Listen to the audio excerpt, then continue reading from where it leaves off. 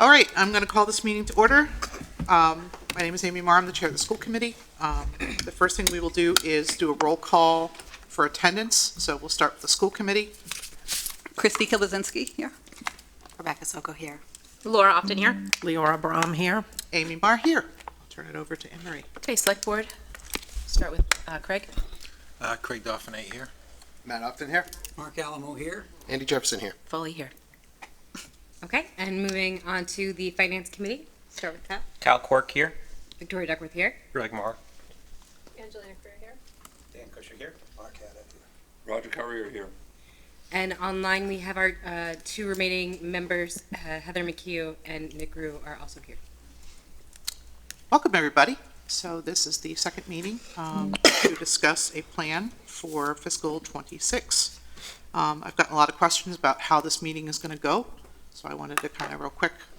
I'm hoping that by the end of tonight, we walk out of here and that there's a plan. People have asked me, is there going to be a vote? That's not my decision to make. The school committee and the finance committee will not vote on this. I understand the finance committee has a recommendation to present, so we'll deal with that. I know Evan wants to speak a little bit, and I think this is just going to be an opportunity for discussion amongst the three boards again. Hopefully this is the last one of these meetings we need, right? Does anybody else want to say anything about Go ahead. Madam Chair. Yeah. Thank you. If I could, I'd like to suggest that after we've had a chance to deliberate, prior to any motions being made, we entertain public comment, applying the standard rules that each of our committees usually do, 2 to 3 minutes to each person. And I guess hold any motions until after public comment. We can do that. I agree. We'll call it public participation. Thank you. Public comment being things not on the agenda, public participation being things that are on the agenda. So if you are here and you would like to speak tonight, you will have that opportunity, but we're going to let the boards deliberate for a while first. So please hang tight. I know we have overflow upstairs, so if folks come in and this fills up, I'm going to count on you folks in the gallery to help us usher those people up to conference room F. And I believe it is set up. I see an icon on the screen, so I'm going to go Amy? with that. Yeah. Just one comment, as far as the public comment, which is always welcome, I would just ask them to keep it to new information. So 10 people aren't going up and saying the same thing, you know what I mean? Yep. If they have something additional to add, then we welcome that. That's a great point. Yep. We'll make it so that you're not repeating what's already been said, new information only. And our rule with the school committee is 3 minutes, and it's a hard stop. So keep that in mind as you jot down notes of things you'd like to say. All right, so, Amy? yeah, Just before we move on, Yeah. I'd like to see if we can be agreeable to some time limits for board and committee comments as well. We have a lot of people here that may want to say things. So at least to start, I'd love to see a similar 3-minute rule to just as a guideline and, to get back to that person. Obviously, it's not the same as somebody in the audience member to make sure that things move along. I don't disagree with that. One of the things that we do with school committee is that each member of the board speaks once. We don't go back and forth, so we won't call on, like if you talk and then he talks and then you want to talk again, you're going to have to wait till it goes all the way around. How's that sound? And if it starts to go long, we can start to limit people. But I do want to make sure that we get to FinCom and Evan first, and then we'll have general discussion. Okay? Okay. Thank you. Anybody else? Great. Do you want to start or do you want to start? Please, yeah, that'd be great. Thank you, Madam Chair. Last night, FinCom met and had a discussion with Dr. Cummings and Evan, and we were able to have, I think, a really productive session of sort of deliberating and getting a lot of additional facts, kind of level setting. Essentially, we voted on 3 motions last night, recommendations for the select board, 2 of which passed and 1 of which didn't, but I will cover all 3. The first motion that we voted on was a recommendation for the select board, and this passed 6-3. The finance committee recommends that the select board does indeed follow the current plan that Dr. Cummings and Evan have presented, that being Evan's plan to move $600,000 out of the operational budget and create the municipal solid waste enterprise fund, and Dr. Cummings' $609,000 reduction plan for the next fiscal year, with the added $200,000 that he has planned, bringing on that medically fragile student program back into Grafton. The next motion, sort of along with that recommendation, is the board voted 9-0 to recommend to the select board that immediately following the adoption of that particular plan, the select board and all of the other boards continue to work together to immediately refill that reduction. We'd like to see in FY '27 and beyond that the FY '26 reductions that the school will be taking on do not become the new level funding, that we recognize it as a reduction and work to fill in that reduction, as well as continue to hold these conversations in a regular manner to be as innovative, thoughtful as possible moving forward to continue to keep ourselves level funded or better. As sort of a segue, the third motion that we did vote on first, in fairness, that did not fail by much. It was 4-5. It was not what I would call a mandate by the Finance Committee, but I think fair to bring it. And this was a recommendation to bring forward a one-year override for that $609,000 deficit for the school. Like I said, we voted that down, but 4-5. I think that keeping all options on the table and being thoughtful about it is still something that we should endeavor to do in this room tonight and beyond. Thank you. Any questions for the Finance Committee? Okay, Evan. Thank you, Madam Chair. Kind of dovetailing on what Victoria was just discussing in their recommendation for last night, it would be my request that the boards try to take up first the balanced budget proposal, which is the proposal that I spoke to and then Jay spoke to last night, because we really need to get the warrant crafted, and we need to be able to move forward with the budgets that we can anticipate for fiscal '26. So if we could get that issue ironed out of whether or not there's consensus on us moving that forward as the balanced budget proposal, and then any other discussion of overrides or other proposals or changes or tweaks, have that be subsequent to that, because we really would prefer not to leave tonight without having that wrapped up, if possible. Questions for Evan? Okay, so we will open discussion on the balanced budget proposal to start per Evan's request. Who would like to start?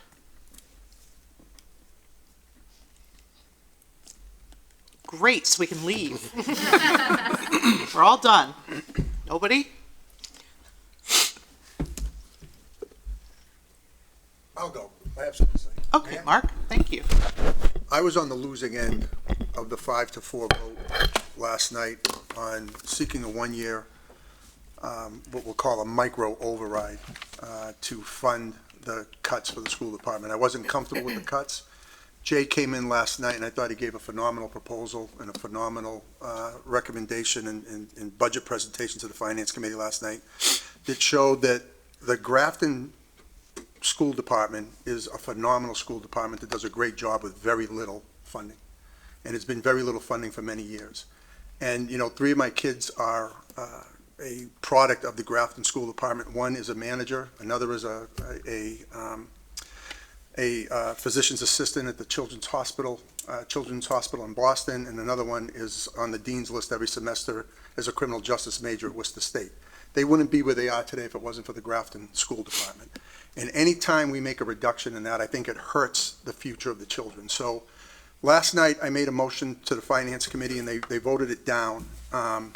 And because the plan was that we do my recommendation was we do a small override, and then we immediately start planning for fiscal year '27, so that we're not sitting here on March 20th next year trying to figure out what the budget is going to be for next year. We need to start planning earlier. One of the things that I think we can do is look at the budgets each year on a case-by-case basis. At the select board meeting on Tuesday, when I was watching it, people were talking about the impact of an override, a multi-year override, and somebody said something about $1,300 over that time that somebody's tax bill was gonna go up, plus the normal increases, and that's a very daunting task. I don't think we should continue looking at multi-year overrides. I think we should look at each year on a case-by-case basis and talk about what I call a micro override each year if it's necessary. This year, given the fact of what happened with the budget, you saw great innovation from both Evan and Jay trying to balance the budget. Evan came up with a great proposal to fund the bag fees and to try to take $600,000 out of the municipal budget to try to continue to move on. Jay continued a program to generate some revenue with the medical issue that he brought up. Every year, we can look at the budget and make those decisions and decide how we want to move forward with the budget. And if we need a small micro override in a particular year, we can do that. A $1,300 increase is, I think you, Mr. Daphne, said over 5 years, is a daunting increase. Every year, if we sit down and we start the budget process early and we look at things that come up and how we can address those, innovation comes up, and if we need a small override in a particular year, I think we can do that. I don't want to hear about override fatigue or whatever. It could be a micro override, a small amount that can be used to fund the budget. Jay and Evan are phenomenal administrators. You saw that this year when they came up with ideas to try to balance the budget. I think that's the type of thing that we have to do every year. If we didn't have an 18% increase in health insurance this year, I don't think we'd be in the position we are in right now. I think an override should be asked a micro override should be asked because of the fact that we got hit with an 18% increase in health insurance in 1 year. And we should look at each year, look at a subject matter each year and determine whether or not the voters should be asked to take a look and fund something that is extraordinary and out of the normal realm. I'm against the cuts in the school department. I know I lost my vote last night 5-4, and I respect the finance committee. It's a great board. But I really think we need to reconsider. Having a 500-person organization with no HR department, cutting out the funding for maintenance is ridiculous. Having 5 people take care of 600,000 square feet of space is not good. I don't think it makes sense.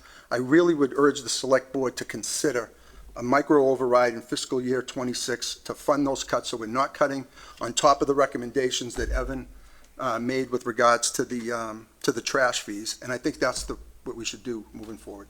That's my 2 cents. Thank you for listening. Okay. Anybody else? Madam Chair. I do have a question about this proposal. I mean, on its face, I'm okay with it, but specifically to Dr. Cummings, and kind of dovetailing off what Mark said. So we know that our school buildings are maintenance dependent, and dropping 2 people overall, over this year and next year seems like a lot.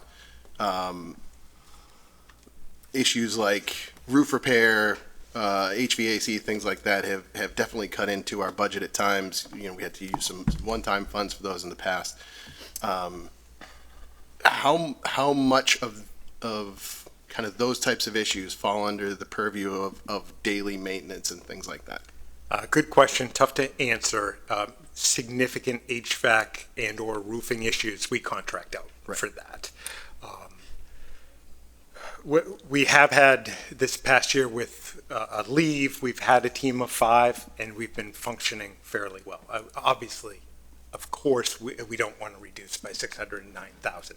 What that plan before you, I expected, assuming the 609 doesn't change, the actual contents very well might. I mean, it's March. We haven't scheduled like all of the schools. We need to look at staffing. We need to see where we land with enrollment. I mean, kids, it's just the way it works. They're going to keep moving in and what grades, et cetera. So there's always a lot of movement. I'm not married to that plan, but that does reflect my best thinking as of mid-March. Okay. We would make that move, and I think we'd be okay. Okay.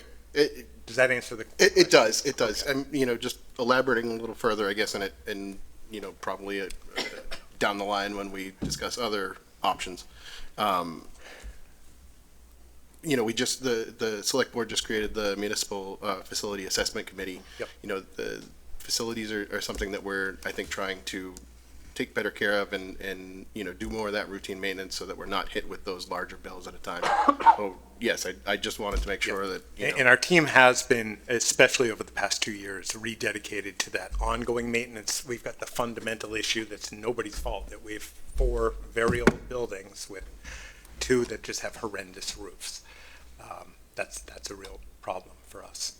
I did want to make one thing clear that some people, I believe, I had some questions about this, think that we have that maintenance team of 5 in total, and then we have about 20 custodians as well. Some people do think the custodian, they're all 5 guys, you know, cleaning up vomit, emptying trash, and doing HVAC. It's 2 different groups. Okay, thank you. Madam Chair, point of information. Yeah. And just so I'm clear on what we're talking about and voting on, based on what Evan said, I thought we were voting on the level budget, whether we agreed that that level budget was what we wanted it to be, and then secondarily, we would talk about what we wanted to vote or support an override or something else or not. I know that the 2 comments have been about the override, so I wasn't sure if that was on topic for what we were about to vote on. I think we're finding it difficult to separate the 2. Okay. And to be clear, I don't think we're voting on anything. Okay. So just so everybody's aware, I think it's just a discussion. So we're trying to keep the discussion focused on the balanced budget proposal. And so far, we're 1.5. If I can clarify my comment? No, it's not your turn. No. Dan's next. So I think the issue is unless you agree with this proposal, you need to, if you disagree with the cuts, you need to say where you think the revenue is going to come from. And that's, I think, where the idea of some kind of override comes in. Thank you for clarifying my proposal. And, You wouldn't let me do it, so thank you. and with that said, I also feel strongly against doing any kind of cuts for the schools. I'm kind of on the other side of the schools from Mark. I have a 7-year-old and a 2-year-old, and I'm going to need 16 years of Grafton Public Schools to get my youngest through. I've heard of Mark's every year micro override idea, so I'm not sure how I feel about that. But for this year, I just really don't want to see cuts that are happening. And it feels like it's because we're at this point so late in the budget cycle. I think we really should put something to the voters, to let the voters decide. And if, whether it's 1 year or 3 or 5 or 2 or 4, and whatever number, and if voters vote that down, then what has been proposed could be the backup plan. And then we come back with another idea next year. Yeah. Mr. Marr. So just a procedural question. The last 2 times that we have done an override, we've voted on a balanced budget at town meeting, and then the very next article was an additional appropriation contingent upon successful passage of an override. Yes. My understanding is that is the way it has to be done. So either whatever way we do it, we have to balance within the current levy limit first, and then with some cuts somewhere, and then we can restore those cuts in the very next article if it were. So no matter what it is we decide to do, we need that baseline first. Is that accurate, Evan? That's a good point. Okay, thank you, Greg.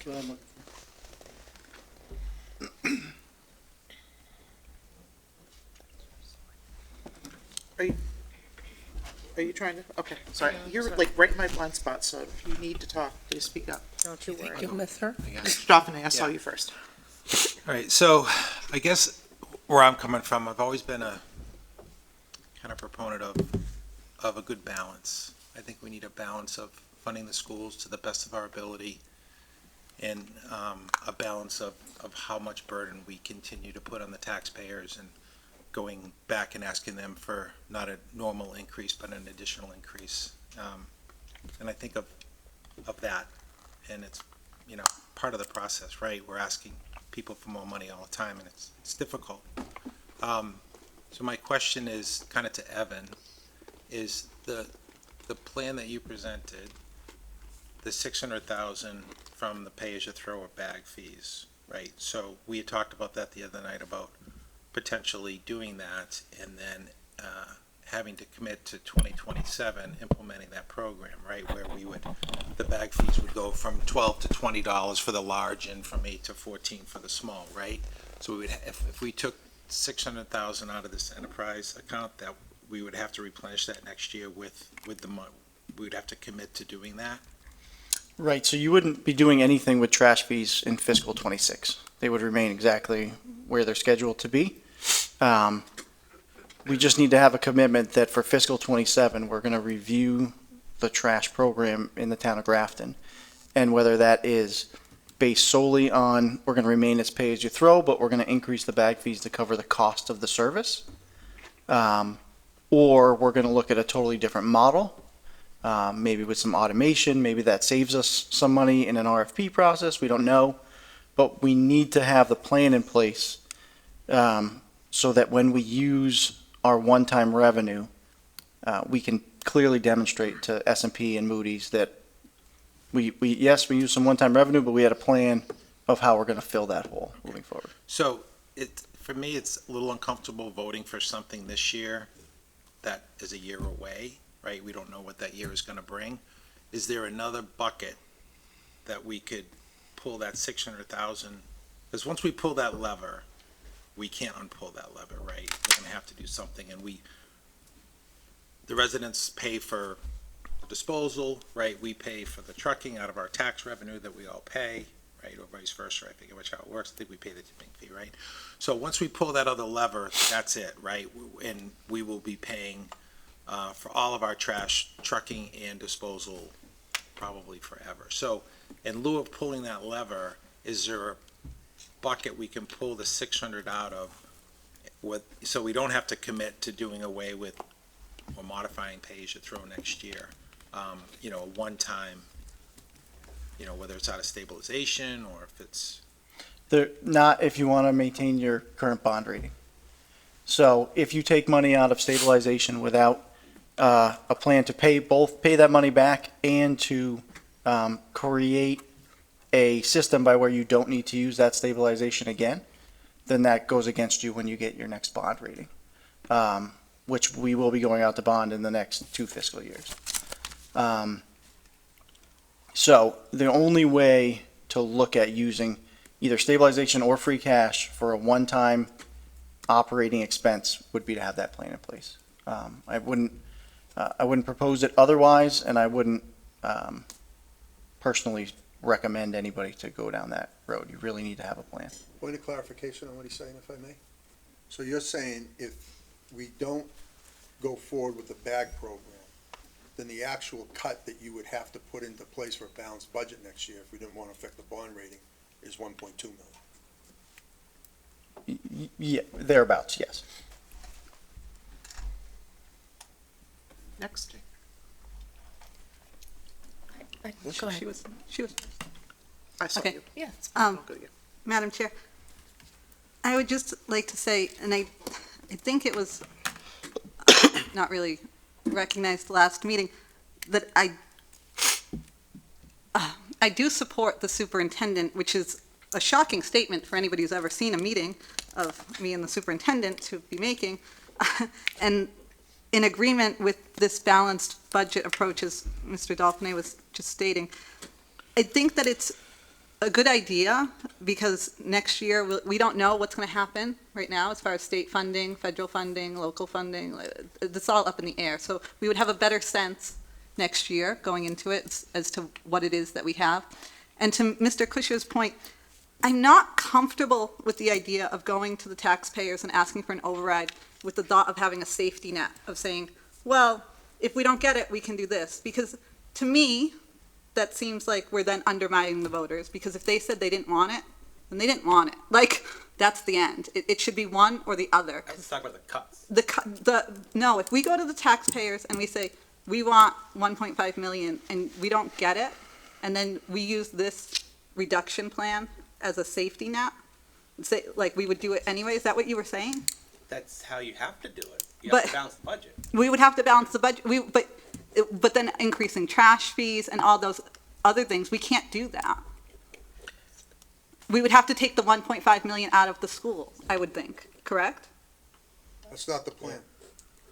That's not the plan. I think to Mr. Marr's point, both of those budgets would be voted on at town Right, meeting. okay. So we can actually do what they're talking about. All right, well, I feel that we should support the superintendent and the town administrator in what they're stating. They have been working endlessly on this, and we have to put some trust in the professionals for which we have given our trust oath to. So I'm in support of that. Okay, Marie? Thank you, Madam Chair. And at the risk of repeating myself, I just want to offer that I have been talking to Evan about the budget for the entire year that I've been the chair. I've been looking at the budget for the entire 3 years that I've been on the select board. Additionally, I've been talking to our town administrator about looking at things at more creative ways to get to zero for at least the last 6 months. So there has been certainly leadership at the select board level in that regards. I am in support of this plan.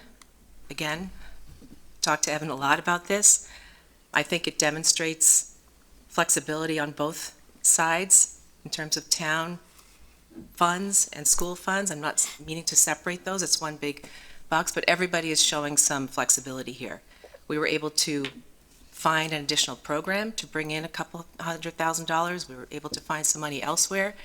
And so for me, it demonstrates to the taxpayers, the people who are reaching out to me, that we all, or the two departments, all of our departments, dug deep to get here, to present a balanced budget for this year, or a zero net budget. And then if I have to go to those people next year with an override, whatever that number may be, to backfill this year for additional funds, as I alluded to the other night, we don't know what's going to happen in our town, state, and federally.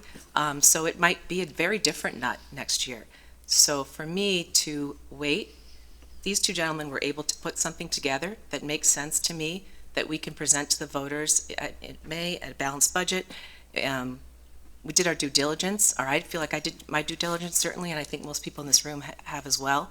And that gives us credibility next year to dig deep, to look into this, to meet more frequently. I'm going to pour over the school budget as I haven't, previously, and come back with the right number, and whatever that is, 1 year, 5 year. I mean, for me, the notion of 1 year at a time doesn't make sense. I've not seen that, in terms of how municipalities run.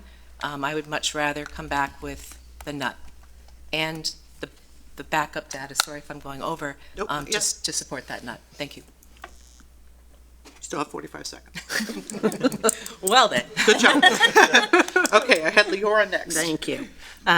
So I really appreciate having heard from members of the select board, members of the finance committee who don't want to see these cuts at all. I do feel, like my colleague Christie, that I do trust Dr. Cummings in terms of his feeling that we can make these cuts work.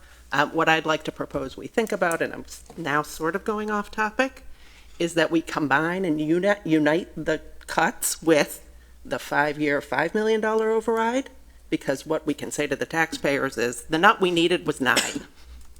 But we kind of took a look, we cut things back, and we were able to reduce the ask by 45%.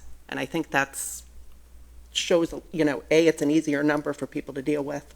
It gives us 5 years, and it shows what Anne Marie was talking about, which is sort of a sense and a spirit of compromise. So I just kind of would love people to react to that. Quick question before I call on somebody. Did you say 5 years or 5 million or both? Both. Next. Mr. Kusher. So just to clarify, the finance committee's recommendations were to do this, the balanced budget that's presented, and then to beginning next year, basically undo those cuts Yep. and bring that funding back. So doing that, what you just proposed would not accomplish that, right? That It could. I mean, Well, if it were- we've talked, and should I be answering him, Madam Chair? Not really, but he did ask you a question, so I'll Thank allow you. it. So I think we've all kind of said we don't know what's going to happen, right? There might be more revenue that comes in from the medically fragile program, let's say, or, things that come into town. We don't know how state funding formulas, I don't think replacing those people are off the table, or replacing those cuts are off the table with this approach. I just think it gives us, So I hear what you're saying. I We're not getting a $9 million override. I just don't think we are. Well, if we don't put it on the ballot, we're not. I think a lot of people in town want that, and to not let voters have that decision, I think is well, it becomes a self-fulfilling prophecy, because then voters Fair. do not have the option to do that. I will not support any plan that doesn't include a commitment to bring back those cuts.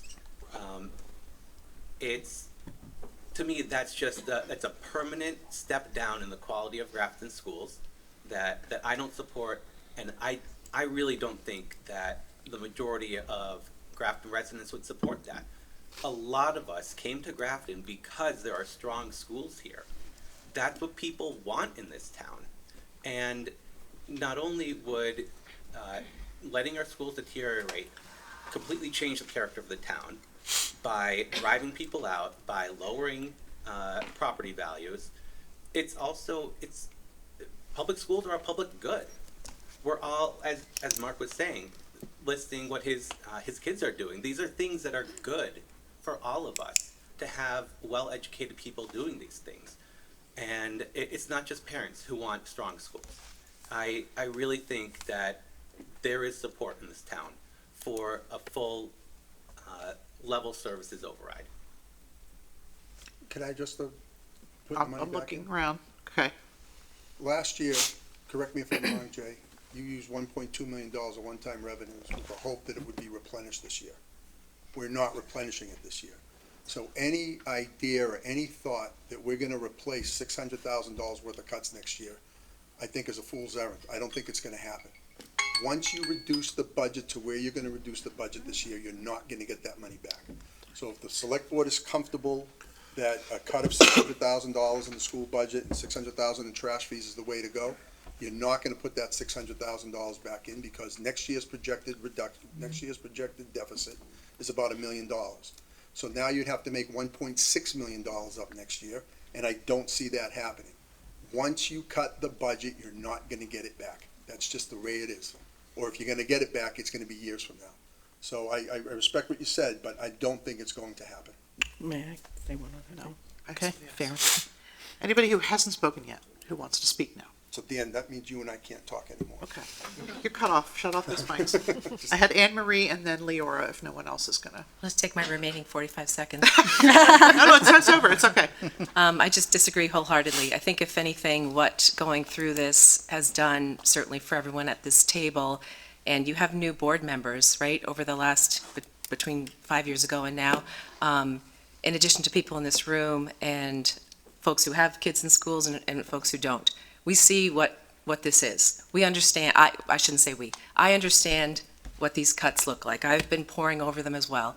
I've had kids in the school. I have a teacher as a daughter. So just so you know, I disagree wholeheartedly. I don't think that has to be the case, that we just go through this, May comes, and we say, okay, onward and upward. It's the role of all of us here, the select board and the rest of us, to make sure that we are talking to our superintendent and to our town administrator, and that we ensure that if we are going for an override next year, that it's going to be what we need, including this year, last year, whatever it looks like. But what we will have is a year of data, information, and doing this so that we are all more informed. Leora. Can Kyle hasn't spoken. Oh, oh, I did not see him. No, Sorry, go ahead, okay. Kyle. No, piggybacking off of that, I totally agree. I think it's going to take, since right now we're very divided, I think it's going to take all of us in support of whatever solution we have to make this, possible and something that the town can support. I've been doing a lot of talking from past couple of weeks and especially over the past few days. I know that my colleagues don't want to admit that there's override fatigue, but there is override fatigue. So I'm very cautious of a 1 year and then a multi-year right after the 1 year. I also have been hearing in the chats that people are finding it difficult to support an override that neither the superintendent or the town administrator currently support. And there's also that narrative out there as well. So I'm very nervous about doing a 1 year override and then going back and asking for more. Full support of the schools. I think that we, do need to look in the future of getting those cuts back. But I'm nervous right now to do 2 overrides in a row. Thank you. Who did I think I have Leora. Yep, okay. And then you again, if nobody else, and then you, Matt. Okay. So I want to be clear. I would love I would love a $15 million override and do more in the schools, right? But there comes a time for pragmatism, and I feel like a middle ground is better than nothing in some ways, and things shift, right? We may, change the enrollment of special students that require special ed services, and then resources that are there might be freed up for us to do other things and bring folks back. So I want to be clear that my thinking isn't that, the schools can make do with less at all. I'm just trying to find a pragmatic way to move forward where the schools give something and the taxpayers understand that we understand that we're asking a lot, as we ask for a lot. Mr. Upton. Thank you, Ms. Marr. I'd like to reserve a bunch of time for future discussion, but I think understanding that we have a mechanical budget process that we need to fulfill, and in appreciation of the work that our superintendent and town administrator have done, I think we should, but as an individual select board member, I want to just encourage the select board to move forward with this plan. So I'm going to just stop there and say I support the balanced budget plan that Evan has asked for us to pass tonight, so that we have that option. And I'd like to talk about other options after that. But in order to advance that initiative, I'm good on that. Anybody else on the balanced budget? Sorry. No, I just said same. Yeah, I've heard it said if it's not an improvement over silence, you don't have to say anything. So I've heard some things here tonight that I agree with. Anne Marie, Leora, you heard me say, Christy, you've heard me say this the other night, that I think, Leora, what we're talking about is threading the needle of compromise for the least worst option. And none of this is easy, and it takes a lot of forethought. And I also agree, Anne Marie, that a lot of time and diligence and effort was put into working with both Dr. Cummings and Evan to scrutinize the budget together in the best, most responsible and respectful way. I'll speak for myself. I know I've done that for sure, and I do support this plan.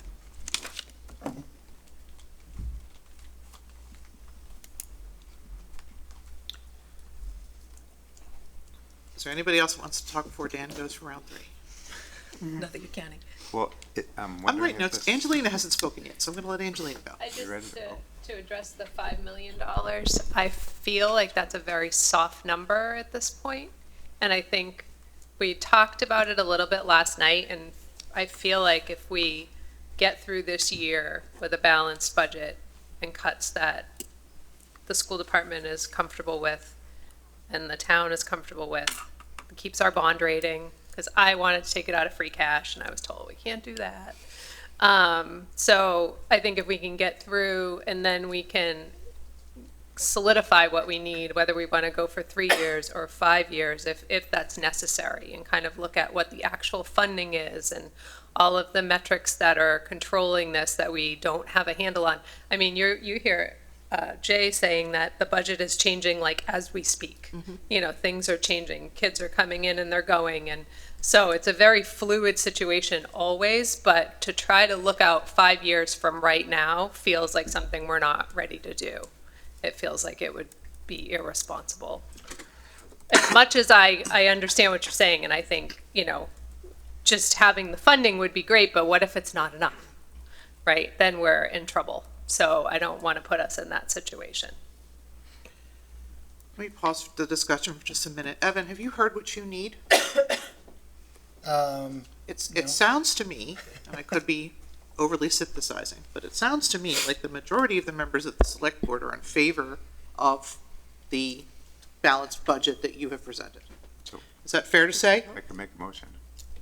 I don't know if you need to make a motion tonight or not, but if that's a, You don't have to. So we can, as long as we have this, straw poll agreement, that this is how superintendent and I are to move forward, we can start drafting language. The key part is that the board will have to vote to put the creation of an enterprise fund on the warrant.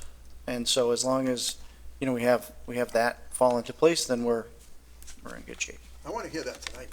I want to hear a vote from the board directing you to do that. Saying that we have a straw poll, I want it on the record that they're going to put the bag fees on and do that, because otherwise your plan doesn't work. Your plan is counting on that vote. They need to take they need to have a motion tonight, in my opinion, and direct you to do that. I just Show the have, leadership. if I might, sorry, just Yes. a question for Evan. Could you have more information at our 4-1 meeting relative to the enterprise fund, just so that we can, just give us more information about what that looks like and how that, Yes. okay. Yeah, and Mark, that's not your decision. You can ask for that. I'm asking But that, for it. well, that's not I just how asked you for it. just said okay, it. all right. I think, But it's Hello? not- that's not Exactly. protected. Hello? Hi. Hi, everybody. We're still talking. We're not going to talk to each other. Anne Marie? it seems to me, as the chair of the select board, that we are fine. We can move on. That was all I was looking for. Thanks. Okay. So the next part of the discussion is on the future and possible overrides. Mr. Marr. So one procedural question on that. I believe we talked last night about stabilization versus free cash having different voting requirements. Would it, if we do 600,000 out of stabilization, is that a separate warrant article, or do we do 2/3 for the whole budget? I honestly haven't gotten that far since we talked about it last night. I'm of two minds of that. One is the free cash is obviously the lowest barrier and would make the whole budget vote just 150, one majority vote. But I did put it out to our financial advisor just to make sure I've done my due diligence on the use of free cash as opposed to stabilization. Thank you. So. Angelina. Do they both affect the bond rating? Yes, and what I'm trying to clarify, because honestly, I don't know the answer to this 100%. I have what I believe is the correct answer. But I want to ensure that the use of free cash and the use of stabilization for one-time expenses in an emergency circumstance look the same to the bond rating company. So that's all I'm looking for. The MGL around use of stabilization funds is very clear as far as what the three prongs are. Free cash to me feels softer, and I didn't see a DLS bulletin on that, or a DOR directive. So I just want to make sure I haven't overlooked something and put us in a situation we don't want to be in. So. Mr. Daphne. Nope. Oh, I'm so sorry. It was my peripheral vision is so bad. Matt, go ahead. I'm going to look directly at you now. No So worries at sorry. all. Thank you, Madam Chair. I thought we were going to have a motion, and we were going to have some discussion. So that's why I held some of my comments, but if we're not going to do that, I'd like to raise a couple of concerns that I have. The balanced budget is not my favorite. It's not my best option on the table. I understand that we have to have one, which is why I'm expressing my support for it. I'm really concerned about the schools. They have used all of their revolver funds. So they have no reserve. There's no, when they run into things mid-year, there's nowhere for them to go. And it just makes me uncomfortable. It makes me very uncomfortable that if Jay runs into something that he doesn't have anywhere to go because that money has been spent. I understand why it was, but I really don't like the schools operating without a net, without any kind of financial cushion. I have very deep concerns about that. My other concern about this is we need a clear expression of support from all the select board members on our parts, the commitment that Evan asked us for to support this budget. And I'm concerned that we don't have that at the moment. We've had some early discussion about the bag fees, but I don't feel like we have clarity on whether the select board is committed to that. And I think that's an important piece. I also have some concerns about this plan in terms of our preparation for next year and the moving parts that everybody continues to talk about. Those parts aren't going to stop moving. I've worked really hard this budget cycle to try to find out where that like really short window is where we can like feel like we have what we need to put really straightforward, solid options that we can get behind. And it's been really, really difficult. And I just don't have a lot of faith that we're going to have that magically happen next year. So I have a lot of difficulties with this balanced budget if this is really like the default plan. I'd love to see some more cushion for the schools, even if it's just a little bit, a couple of positions, something to fall back on, because this is just, we went from really thin this year to, I don't even know what we're talking about next year. For one little thing happens and we end up with gaps in service somewhere, and I don't know where they might be, but that's what this budget does for the school system, and I really don't like that. It makes me very uncomfortable. So at a minimum, I'd like to hear from the select board that we support the plan to make the trash collection fully funded and not from the budget. Just that would make me feel a little bit better. And I don't know if there's any support for adding a little bit of additional cushion to the schools, but I think they need it. I really, just a couple of positions, and I don't know what the numbers would be for that, but I just have a really hard time imagining that we're not going to run into anything next year, where we're not going to need a little bit of reserve funding. And I guess that's kind of where I'm at. Mr. Wazinski and then Mr. Marr. No, because I saw you both at the same time. Madam Chair, I have a question for clarification, and it might actually be for Kathleen Lingarini. Kathleen, so the revolver fund that we used up with the 1.2 million, correct? That grows through the transportation fees mainly, am I right? No? What does it grow through? No, it's okay. The two biggest drivers are school choice and circuit breaker. Okay. By far. Okay. All right. Thank you. You got it. Mr. Marr. Just a clarification, the $600,000 from stabilization or free cash is in lieu of increasing bag fees this year, is that correct? Correct. If we were increasing bag fees this year, we would not be touching the free cash or stabilization. So that is something for next year. So we're talking about bag fees in the future, but that is not on the table for an increase at this point. But the whole premise of protecting our bond rating is that we have a replenishment source. So those have to go together.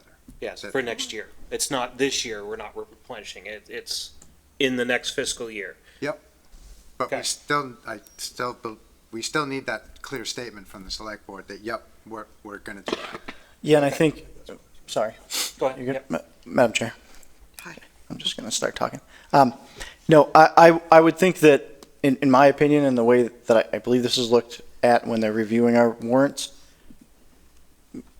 the act of the select board both supporting the budget option as a whole, which talks about creating the municipal solid waste enterprise fund for fiscal 27, meets that criteria, but I also think that putting the creation of a stabilization account on this warrant for May is the real, in my opinion, that's the demonstration that that's the direction that we're headed. If that makes sense. Emery. Thank you, if I might. So this will come to the select board, just the select board at an upcoming meeting. Well, you're gonna open the warrant on April 1st and you're gonna close it on the 15th. Right. So that's when you would kind of solidify. Yes. Oh, no, I'm sorry. I'm just gonna chair this whole thing if that's all right with you. No, so in short, I'm personally ready to just move forward with the budget proposal that Jay and I have put together as far as the creation of the warrant and the acknowledgement that we're not going to come back next week and ask for a different plan, right? And then on the 15th is when the board is going to vote very specifically on the warrant itself, which would include the municipal stabilization fund and the budget that we have been discussing the entire time. And everything else beyond that is a subsequent conversation. Andy, you wanted to talk? Go ahead. Thank you, Madam Chair. Yeah, I don't, we talk about not waiting on these things. I don't see why the select board wouldn't vote on this tonight. We may need additional information on the specifics of that enterprise account, but I don't see why we can't vote tonight to support the reduction budget and the addition of the enterprise account to the town meeting warrant at this point. So the enterprise fund is going on the warrant for this year? Yes. Okay. Yep. Sorry. Mr. Duffy. So Evan, just another question on that. So for when we get to this next year, there's gonna be options, right, on how we do this? You mean it's how we handle the trash program? Yeah. Yeah, well, I think you have, I mean, you have we, to reimburse the funds, right? right, we have 1 year to figure out how to make the trash program self-sustaining. And again, there's a variety of different ways that can happen. And I think that at least my intent is to, ask the board to either create a new group. We talked about this a couple weeks back, either create a new group that looks at our trash and recycling plan that we have currently, or, at my office, and then we report to the board, whatever that looks like. It's really the board's discretion to do that. Would bring, by January to the board, what the change would need to be for the municipal solid waste to be fully self-sustaining on July 1 of fiscal 27. Christie. Madam Chair, sorry, I'm going back to the revolver thing. I'm just trying to provide some reassurance to Mr. Often, and I don't have muffins to give you. So I have a question, Dr. Cummings. So we used the revolver, and it had built up through FY24. So in FY25, you used it all, but the money that we gained this year in FY25, we're rebuilding that, correct? And this plan is not continuing to use that revolver. It's allowing that cushion to continue to grow. Am I correct? Correct. If we'd be in great shape if we didn't have things come up that unfortunately come up weekly, be it, somebody gets sick and has to be out for half a year and we have to replace them with staffing, roof issues, anything above and beyond. We've had 2 furnace boiler issues this year. So we don't have a line for, I wish we did in the budget for when things go sideways. We don't have it, and we've historically used revolvers to pay for, in a general sense, about half going to salaries and then half to bail us out, essentially. Right now, we're struggling. We just haven't bounced back yet, and maybe we will if everything breaks right next year. As it stands, as of 2 days ago, we have $90,000 in school choice, which might seem like a lot, but if that was a $100 or $100,000 household, that would be the equivalent of $200 for 14 and a half weeks. So obviously, we're worried about that. Right, but this plan will allow that revolver to keep growing. We're not, as much as we can. Oh, 100%. Yeah, And maybe okay. everything will just work beautifully and, you know, Okay. that'd be one of those years. What I think Mr. Offen was getting at was building in some additional Right. cushion. One thought I had, and I'm sure we're all having these thoughts, like as I was driving here tonight, a thought was, not to be decided tonight, but something that could be thought about. Maybe a decade ago, those who were here might remember that the town voted to put up to, I think it was 200,000 in an account that could be used when we went above and beyond in special education tuition. That over the years, over the decade, it's down to, I believe, 50,000 now. So if we replenish that to 200, it gives us that 150,000, just if things go sideways, that's the equivalent of about 2 salaries. And without a doubt, we're going to have unforeseen tuition needs that just happen. So it's just a thought, but in terms of at least a little bit of cushion, it's 200,000 in a $45 million budget, but it's something. Can I ask a follow-up to that? No. I'm going to turn the meeting over to Anne Marie briefly. Symbolic. Yep, so, did you want to make a motion relative to the? well, Yeah, I'll make a motion.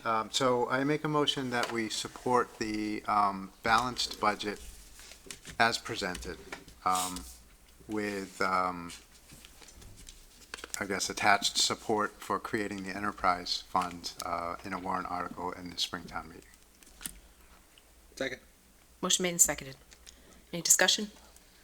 All those in favor? Aye. Aye. Anyone opposed? Okay, thank you. Thank you. Okay. Thank you, Matt. All right, I saw Angelina and then Mark. I don't know if this question is gonna make sense, but would the town be able to appropriate free cash to the revolvers? Or does it not work that way, like through town meeting? If we're saying that the school needs a cushion and we're in a decent free cash position, which I think we are, would we be able to move some money over there? I can just keep it over here. Thank you. Appreciate that. I think the short answer is yes. We could put that, we could move some one-time money into that account. I would just do my due diligence between Mary and I to make sure we do it the correct way, but I don't, it doesn't raise any red flags for me immediately. So it's something that we could certainly explore and discuss. I had Mark, are you still? That was gonna be my question. If you could Okay. Do a one-time transfer Yeah. to that account. Would we do that in the spring or the fall, or would it matter? Like, would you want to do it in the fall just to get through the budget thing and then, or could you wait that long, or do you want to? Yeah, that's good. So that would be my preference, is to get to the fall, because we'd have free cash certified again in the fall. Yep.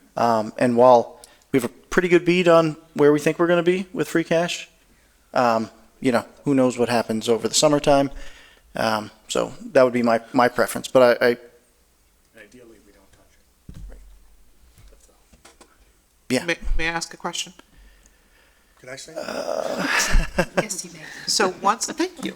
So I just want to make sure I understand this, and you may not know, but I think you do. Once we move that money from free cash into the revolver, it has to be used for special education purposes, correct? It Correct. cannot be Yep. pulled back. Right, yeah, that's the, what is it, 53E.5? Right, because in the state of Massachusetts, we're going to have a 53E.5. The MGLs are crazy, that's all I'm saying. Yeah, okay. All right. Do we want to continue discussion, or do we want to have some public participation? What do you guys think? Oh, yeah, go ahead, Laura. You haven't spoken yet. I haven't, I know, shocking.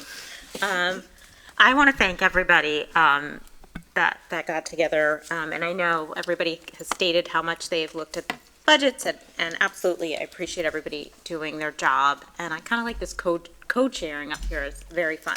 I have some concerns about, also, I appreciate people really speaking up and advocating to fully fund our schools, even above and beyond. If that's the case, I'd love to hear some ideas of where maybe the additional money can come from. So we can't, as school committee members, we don't get that privilege. So it's values. If there's something that maybe, I know we talked about it last night, the finance committee had great questions, and somebody asked, and they talked about how slim the rest of the town is. And I've always believed in that. I always use we have a small budget. We get a big piece of the pie, but it's still a small table talk pie that we get. I love that analogy. So I'd love to hear some ideas on where some of that money could come from. I'm very nervous about a one-year override for many reasons. Our next year's the numbers I'm really concerned about. And as much as I appreciate everybody saying we're going to get right to work, I've also been at this a long time, and it feels like every time we start, we have to start over. We have to take weeks to re-educate people why we need an override. People in this room, people in the town, people forget so quickly because they're not living it day to day like we are, and I understand that. So I am a communications person. I want a communications plan from day one. A lot of our problems, I would say, if we added a communications full-time position in this town, advocating for that, we could do, but obviously that's not in the budget. So I have concerns that we're going to be rolling up our sleeves day one and doing this problem. Like what Mr. Often said, this seemed like it took a really long time, and we knew in September. We knew in September we were having this. And it wasn't because of anybody's it's just, and things come up, right? You guys are dealing with weird smells from businesses, and you have to fight that battle. Like, we all have different battles that we have to fight, and then it's like we get together. So I loved the finance committee's ask for that, but I really want to see a plan on how we're going to accomplish this. If we can't get it done this year and we do the compromise budget, which I do trust in our leaders, Dr. Cummings has made a great district probably too good, doing too much with too little. And it's thanks to our amazing staff and our amazing families and our amazing superintendent and our OK school committee. But because of that, I don't want to start over. And we don't know who's going to even be on these boards. Like, I love you all, but we don't know what's going to happen yet. And if I have to sit here again and hear Dr. Cummings explain how we are 11th from the bottom in lowest funding, you'll know what happens. You all know me very well. So thank you for listening. Mr. Marr. So I have one question for Evan. Mark proposed last night a $600,000 override. Do you have an idea what that would have be for the average taxpayer? And one question that came up online is what property value do you consider average? Because there was a question about whether it's at mean or median and how that can affect Sure. people's.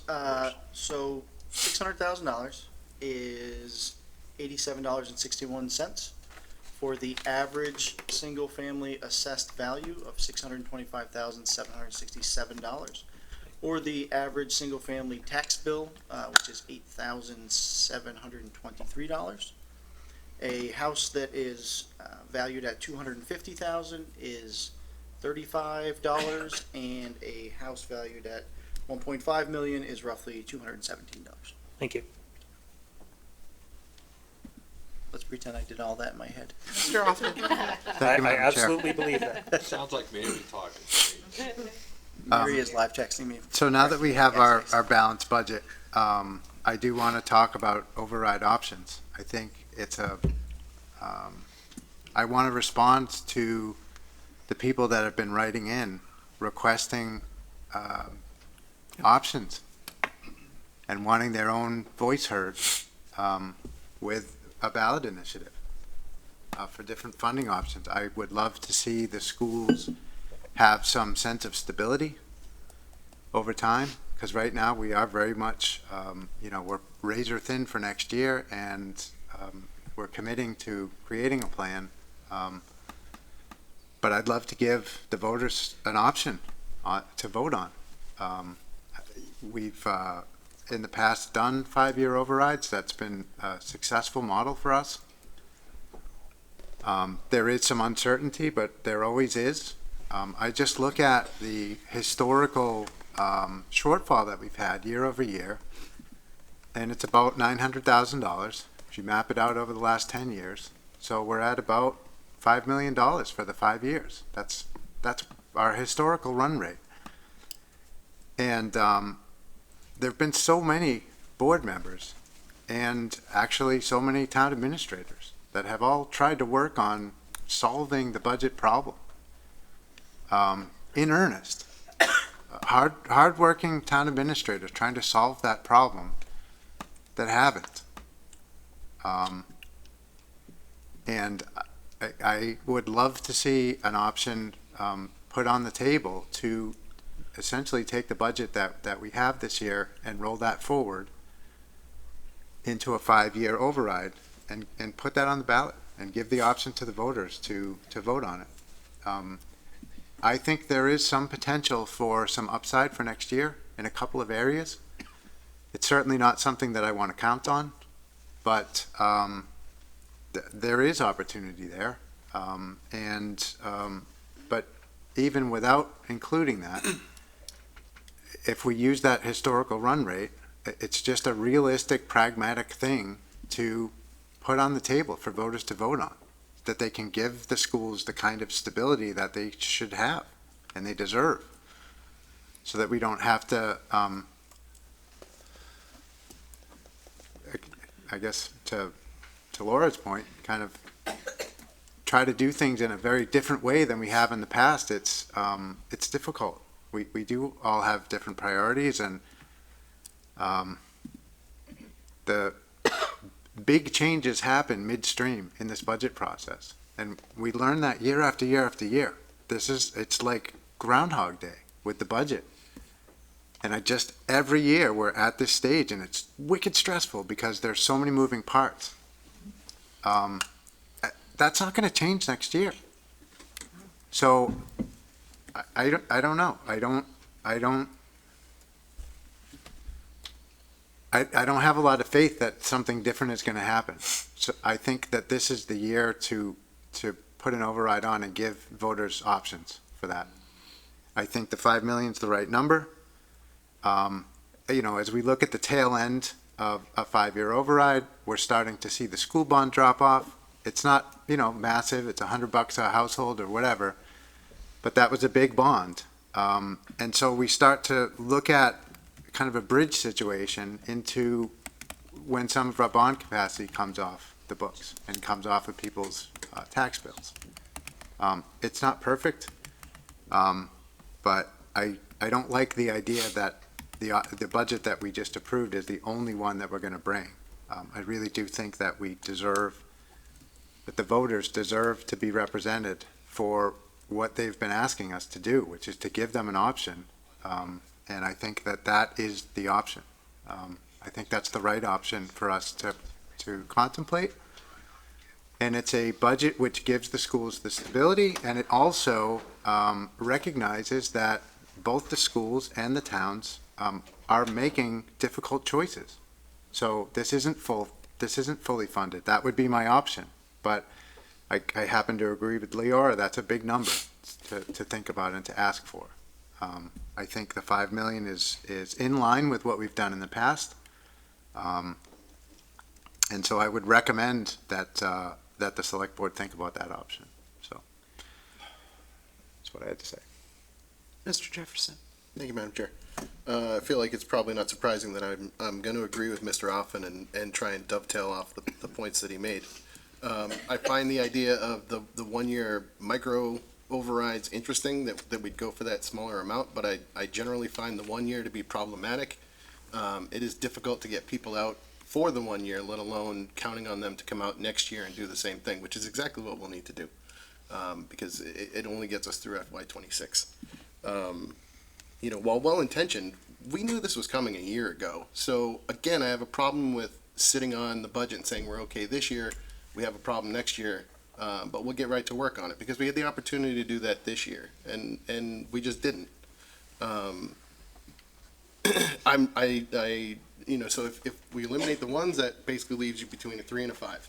It's possible that some of these new growth numbers hit and we're in a better place 3 years from now, but most of these projects are largely dependent on things that are out of this board and the TA's and town superintendent's control. And those delays can be catastrophic, as we've seen. So the 5 years gives you that little bit of extra runway for those, some of these, you know, some of the new growth, some of our larger projects to hopefully come online and start to, you know, offset that budget. It is that middle ground option where there is a reduction, but we're also, you know, doing our best to continue funding. You know, we keep hearing terms like something that the town can support. I think this is something that, you know, the town can support. And the one thing that it seems like we've all agreed on is that the residents have a very strong opinion about this. And I think we need to acknowledge that voice and let them use that voice. We put forward the balanced budget that we voted on, and we give them the option to choose. Thank you. Mr. Kusher. So, going back to that voice, what people have been asking for is not some cuts. People have been asking for level services. And the idea that we're going to do a 5-year override that includes these cuts going for 5 years, going without an HR person for 5 years, what we heard from the superintendent at the finance committee last night was that these are cuts that students won't feel in their day-to-day lives in this first year. But if they continue, they will begin to cause problems.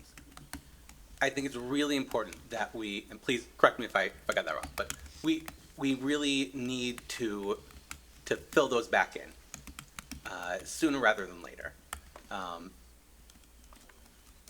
Yeah, that's, I feel like a little bit of cuts, a little bit of override, I just feel like that's the worst of all the options.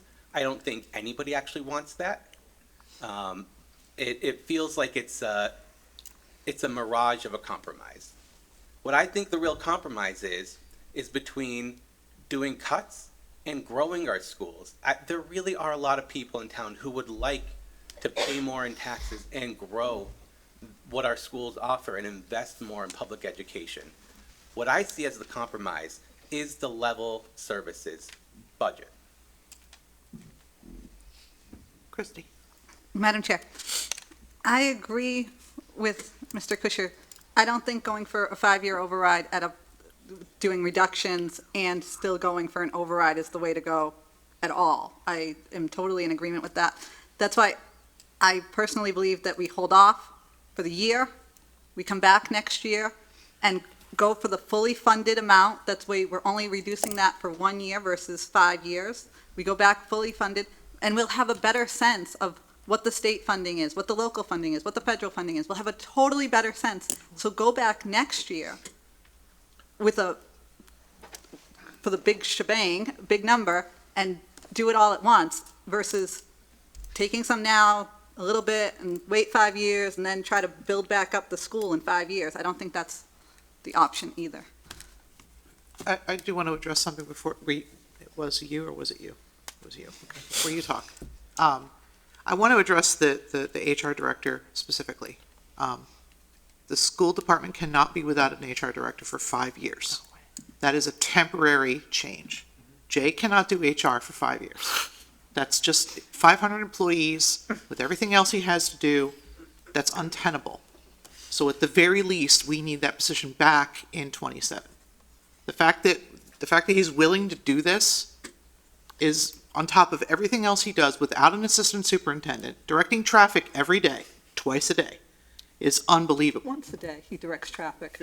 And that's once. It is once a day he directs traffic, Mrs. Marr. 5 days a week, he's out there at 10 of 7, directing traffic every day. It's all day long. Tail both ways. And, you would be hard pressed to find another superintendent in Massachusetts that works as hard as that man. and he's going to be doing HR and superintendent. Any duties that would go to an assistant superintendent, he's also going to be doing them or delegating them to whoever has bandwidth in his office. It's not a big staff up there. People act like we have this huge administrative layer up there. We don't. Take a walk up, meet the people that work up there. We're already moving 2 down, correct? We're bumping 2 people that work up there down, or do they not work up in central office? Okay, well, we don't have a big staff. So I want to be crystal clear that at the very least, we need that position back in 27. Whatever happens with whatever override, at a bare minimum, we'll need more. But that's where, you know, as chair of the school committee, that's where I draw that line. We can't have him working himself to death because we can't find the money for an HR director. All right, who's next? Mr. Often, then Mr. Duff. Yeah, so, when I say, we need to, respond, Dan, most of the ask has been, give us something to vote on, basically. Not, people haven't talked necessarily about level services, but I hear what you're saying. Heard what this group has just said, so maybe 5 million is not the number. For me, that's a number that I'm pretty comfortable with because historically that's been the shortfall year over year. That's been our actual budgetary experience year after year, is that's the shortfall. But it doesn't have to be 5 million. It could be somewhere between 5 million and 9 million. I just think it's really important that we present an option. So if it's not 5 million, what is it? I guess that's my question to the group. So yeah, maybe we don't need everything. We can't sustain these cuts indefinitely, but what's the number? This group has a lot of firepower. We can come up with a number that represents something that the schools would be comfortable with, I think, for 5 years, and put it on the ballot. I don't know why it seems crazy to me that we have all of this public outreach saying, give us a choice, because you're making the choice on our behalf, and that's not what I get elected for. I'm here to represent people that are reaching out saying we want whatever it is that they want, and what they want is for us to give them an option at the ballot. So I think we just have to put our heads down and figure out what the number is and figure out what the term is. Is it a 1 year? Is it a 3? We've got to bash through and figure that out and put it on the ballot. That's our jobs. I don't like kicking this can down the road again, yet another year, hoping that we're going to be able to get clarity on the state and federal level. That's the mirage. That is never coming. It never ever comes. Super last minute, like a few days before the budget has to be closed, we'll get some of these numbers trickling in, and then things get solidified. But that's every single year. That's nothing magic is going to happen next year that is different than this year and every other year. So I want to see the people around this table come up with a number and put something on the ballot. We got to do that. Craig, then Angelina, then Laura, and then Rebecca. Jay, so are you moonlighting during the day, or like this detail? What is the detail rate for traffic duties? What, did I see you up in front of the library, like working No. detail? I digging a trench? specialize at one corner. Not even well. No, I do. No, you don't. I kill it out there. Well, I hope you're getting the rate. No, yeah, I'm not getting. I kind of blew it with that. I guess for me, we all have a role here, I guess. The school committee is here advocating for the schools, right, which is their job, right? And as a member of the select board, we don't have that luxury. We can certainly advocate for the schools, but we have to make sure that all 16 departments run efficiently to service the residents of Grafton. And we also have to represent all the residents of Grafton. You know, I've seen the letters that have come in, people advocating for, for the schools, but I've gotten a lot of calls of people saying, please don't let another override come. You know, I had 2 former school committee members call me in the last week, adamantly do not do this. People that served on the school committee for many, many years. The finance committee, like us, should be representing all residents. And it seems like I hear a lot of override, pro-override discussions, but your job, as you know, is to represent the 20,000 residents in town. And to have some type of fiscal responsibility and conservativeness about how we spend town money and how much money we ask town residents to pull up. You know, Dan says, I know people that, they want to pay more taxes. I've never heard that before, out of anybody, no matter what kind of tax it is. There are people that can't afford this, and it seems like I'm the only one that's talking about the impact to the residents. You know, we may have a neighbor or something, that can't afford this increase. The average is $8,000, Evan? for- 8,700. And to just, I am just, I guess, hypersensitive to, I want to see the schools function well, but we have to be careful how much money we're asking of people, extra money. It's just, to me, it's just, like I said the other night, there's a lot of my friends' parents that are in their 80s that live here that live on, very modest incomes, and they pay it. So, to Matt's point, we can, is it our responsibility to put it in front of the voters? I think sometimes it is and sometimes it isn't. And that's what we have to decide, what the right thing is to do. Because if town meeting gets stacked, and we know how town meeting can work, we can stack the deck and get people in and get something passed, right? No matter what it is. Could be a new fire truck, could be an override, could be whatever is on the agenda that we can get people to go to support or not support. But if it does pass, then those people that can't afford it have to pay.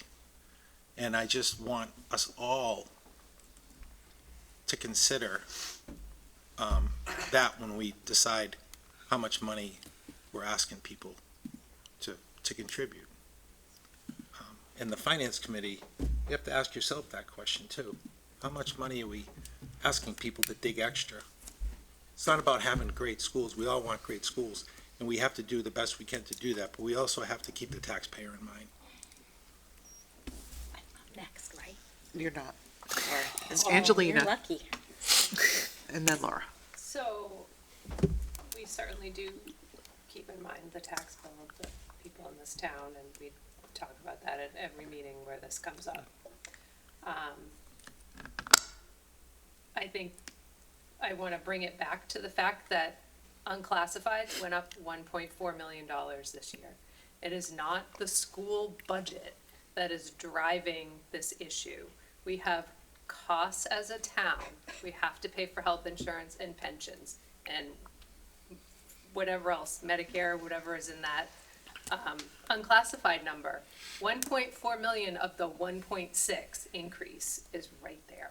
So it's the schools that need the money isn't accurate. It ended up that the schools took the cut to make up half of it, and the town found revenue on the other side. But this isn't a school issue. This is a town issue. We have costs that we can't control that are growing faster than the 2.5% cap plus new growth. So, I think that's all. Laura. Thanks, Angelina. I want to remind just that it's not just a town meeting vote. I believe it would be a ballot vote, so it doesn't matter if it's stacked or not, and that's an interesting way to look at town government, but okay. And I do also, obviously, I'm on the school committee, and I am advocating for the schools. I also think we all know people in this town who struggle. I volunteer at the food bank. We can all agree on that, and some of us at this table struggle. So it's not just our friends. But Craig's comment about two former school board members calling him did prove my earlier point that we have a lot of trouble communicating, that people who have lived this and don't understand that's a concern to me. So thanks for bringing that up. And I wish they would outreach to the committee so we could explain more as well. But my original thought was, Dr. Cummings has that, he's shown it a million times, that slide that we did 10 years ago, and everybody likes to talk about how they were there. I was also there 10 years ago with that first override. It was 11 years ago. And what somebody looked at it and was like, wow, if we had actually gone a little bit above, look at where the Grafton schools could have been now. And I remember I was in the audience, I was running for office at the time, and I was sitting there and I was listening, and there were some people who were there, and they were, we were doing the same thing. We're trying to find that number, and they did a great job. But now I look back and I'm like, wow, if we had had just a little bit more money, we wouldn't have been having to talk about like cutting French. We would have maybe had a full conversion of bilingual Spanish from, kindergarten through high school like Nipmuc does down the street. Like, our kids could be that much ahead. So maybe just when we're thinking about it, and I really do agree in this point with Mr. Dolphiny, like there is a middle ground, and sometimes you have to hold your nose and compromise for Amy, that was a Hamilton reference. And so I do get that. So I know, like, when you're out there and you're fired up, why aren't they fighting harder? Like, you do have to take everybody into respect. And sorry, Craig, but you addressed Mark earlier and said that wasn't his job. And I think that wasn't really your job to tell the finance committee what their place was. Like, that felt a little icky. So, sorry. I know, you did it. I did. Yeah. But it was because Mark was kind of pounding on the table saying, he wanted us to do this. The finance committee is an advisory committee. Mm-hmm. It's really up to us to decide what kind of action we're gonna take, and it seemed like he was kind of dictating to us what we were gonna do, or, and it just didn't seem appropriate for me to have him say that. Rebecca? That's all I was trying to say. I have a question, Jay, about the $9 million. That number came before the 200,000 extra dollars a year, is that correct? Correct. Okay. So already we're down to 8 million, correct, over a 5-year? Okay, okay.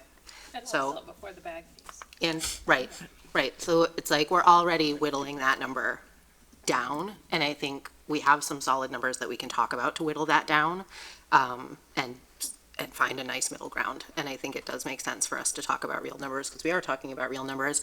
And I wanted to not really piggyback what you just said, exactly the things I was gonna say earlier about, like, I loved watching the finance committee's meeting last night. Honestly, it was great. You had really good ideas. It felt like you were really talking about it in a way that was meaningful for everyone, and I loved that, and I loved your recommendations. And I also, hate the fact that I know we want to backfill it, and I know we want to start talking earlier. And it's like, again, we've been talking about this since our first meeting.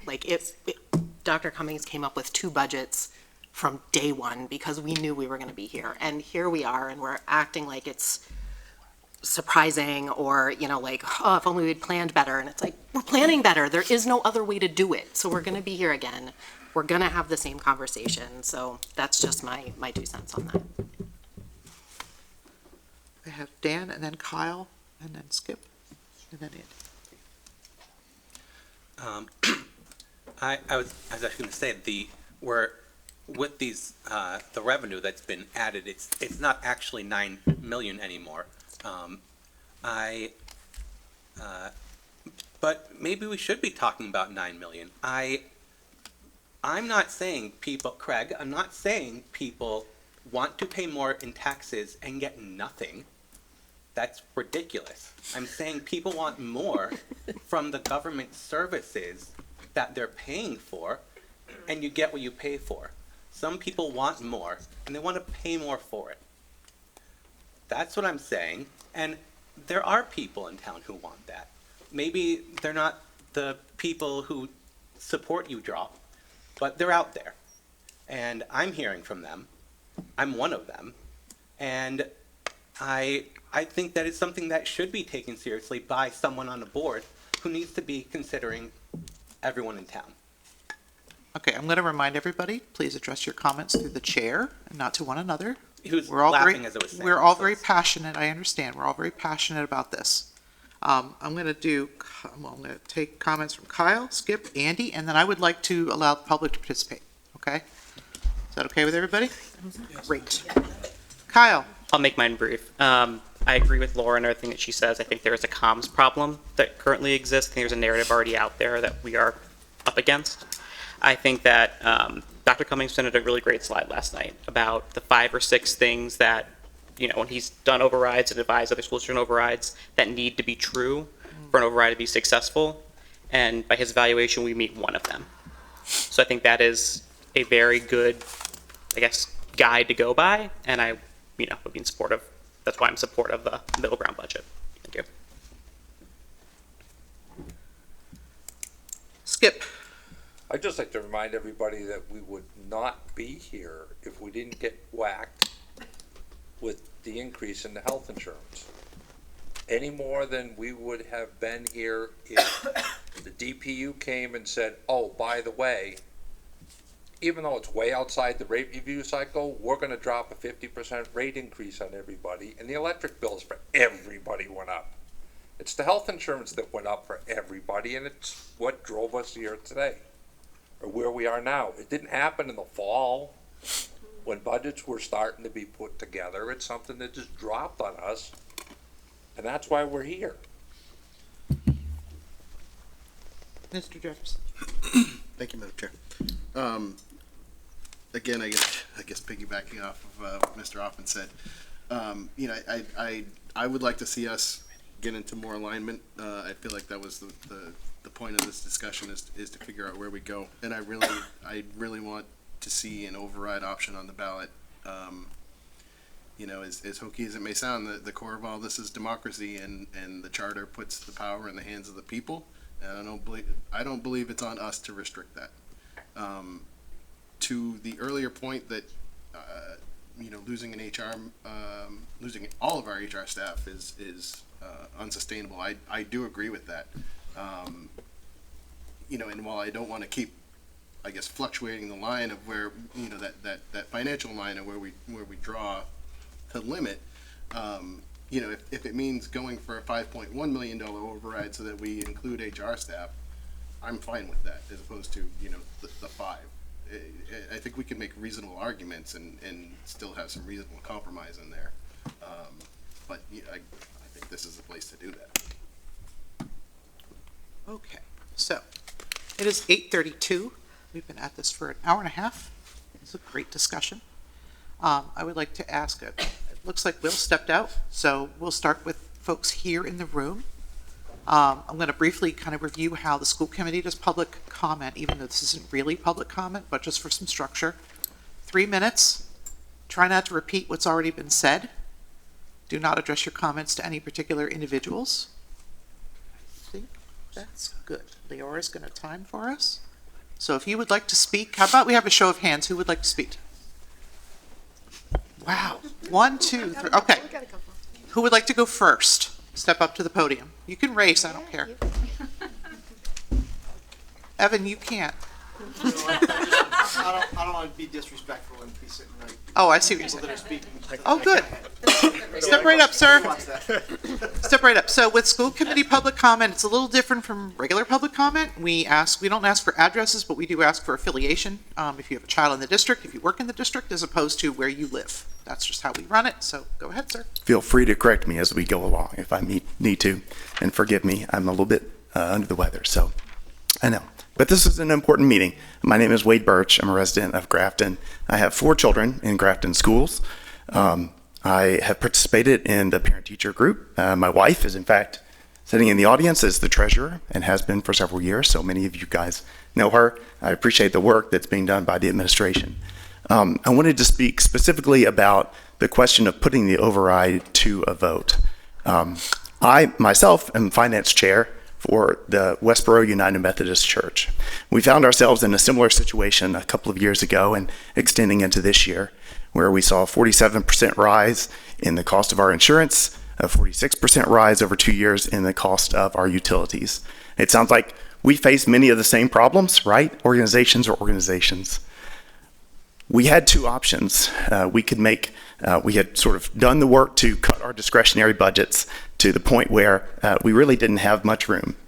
I think that's been done.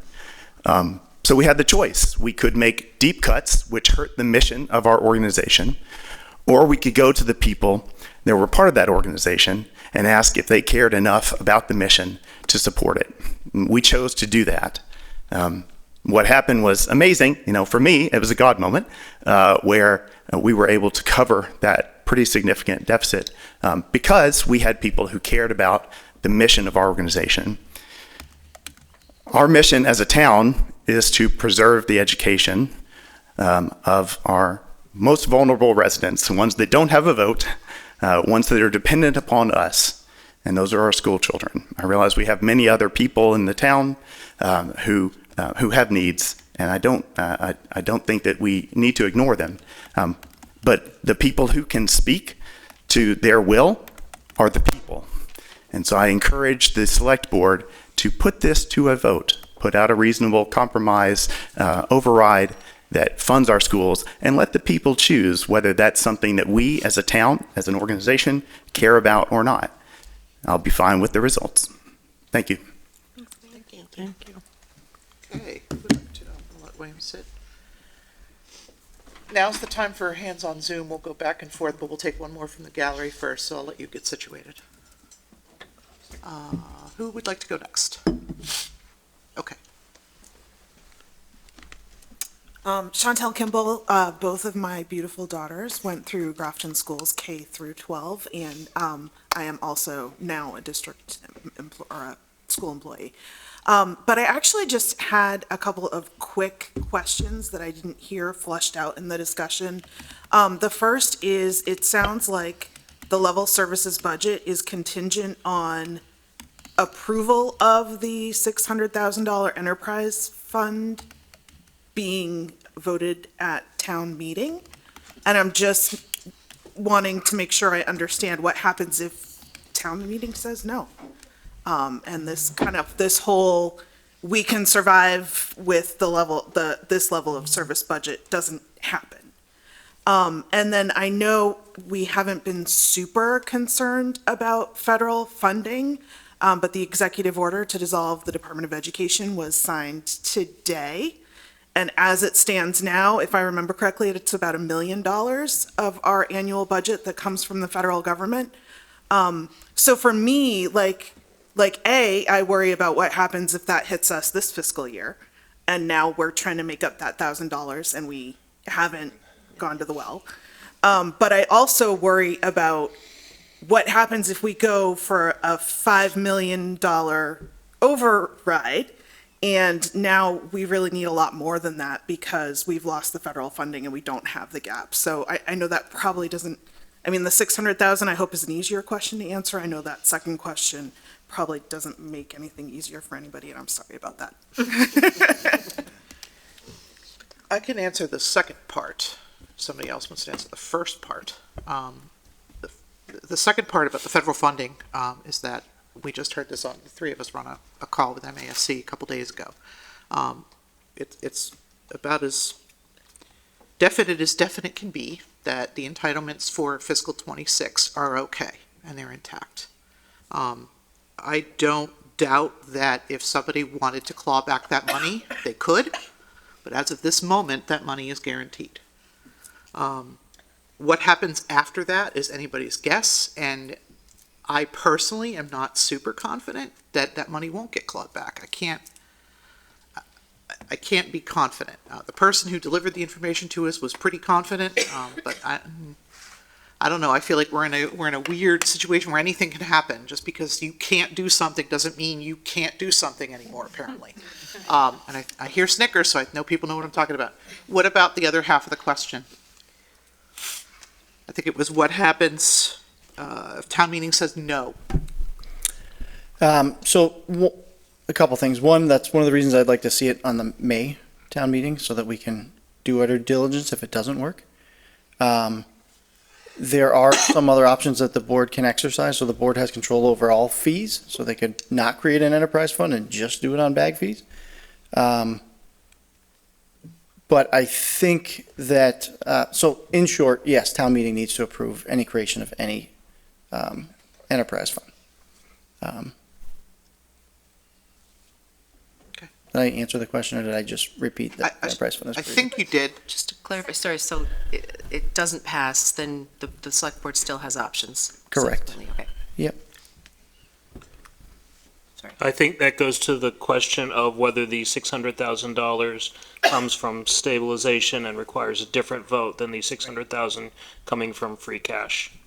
Because that is the 600,000 that really matters. The creation of the enterprise fund can happen at a later time. Yes. Okay. Yep. Good. Do we have any hands on Zoom, William? No remote public comment. Okay.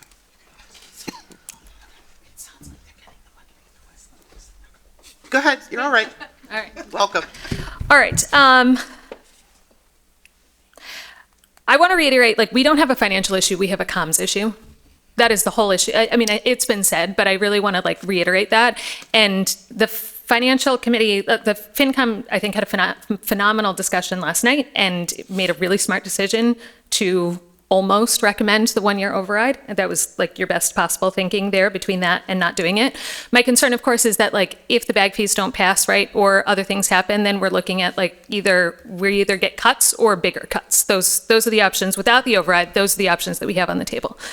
So I would really strongly go for this 1-year override from a comms perspective. Number one, I know we keep saying, like, it's impossible to pass these overrides all the time. Since 2000 in the state of Massachusetts, there have been 1,575 overrides passed that are $610,000 or less. So it's not impossible. It's happened 1,500 plus times in the last 25 years. And a lot more if you go back further than that. Evan, do I have this number right? $87 a year average for 600,000. For 600,000. Great. So that's $7.25 per month. That is less than your Netflix increase. So I know that it is more money, but it's not like we're the only people who have asked for increase. It's one extra carton of eggs, or it's your Netflix increase. I just simply don't believe that the only responsible thing to do with money is to not spend it. Like, we could save our $87 here and then lose way more than $1,300 a year when we go to sell our houses. Like, our property values will go way less than dropping $1,300 a year on that. I just don't think that it's a responsible thing to do to put the schools in any sort of risk of losing their accreditation, going the school of choice, the red flag, red alarm situation that Jay has been saying, like you said, since October. And in terms of, like, you'll have to get people engaged. Well, if you don't do the override, you're going to have to get people engaged again anyway. And I don't know that you typically have this many people at a select board meeting when it's like the 3rd or 4th select board meeting that you've had this week, right? So people are engaged this year, right? They're engaged now. So if you want to get them engaged and you want to leverage off of that, then this is the day to do it. Otherwise, you're going to have to start all over again with the engagement of everything starting again next year. I would not go for a 5-year override, and the reason is, like, that's a big number to ask. That is a bigger sell than a Netflix subscription, and so that's why I would not do that, because in 6 weeks, the comms has... Guys, you do really great work. I'm really sorry, but your comms it's abysmal. It's so bad. Like, people do not know what is happening in this town. Like, the Grafton Common is gone. The Grafton News is gone. There is nowhere else. Like, people are not sitting and watching 2-hour meetings on Zoom. So we have to get that better, and whether that's going to be my favorite capital fund or something, like, we figure out some way to, like, get that money for I know.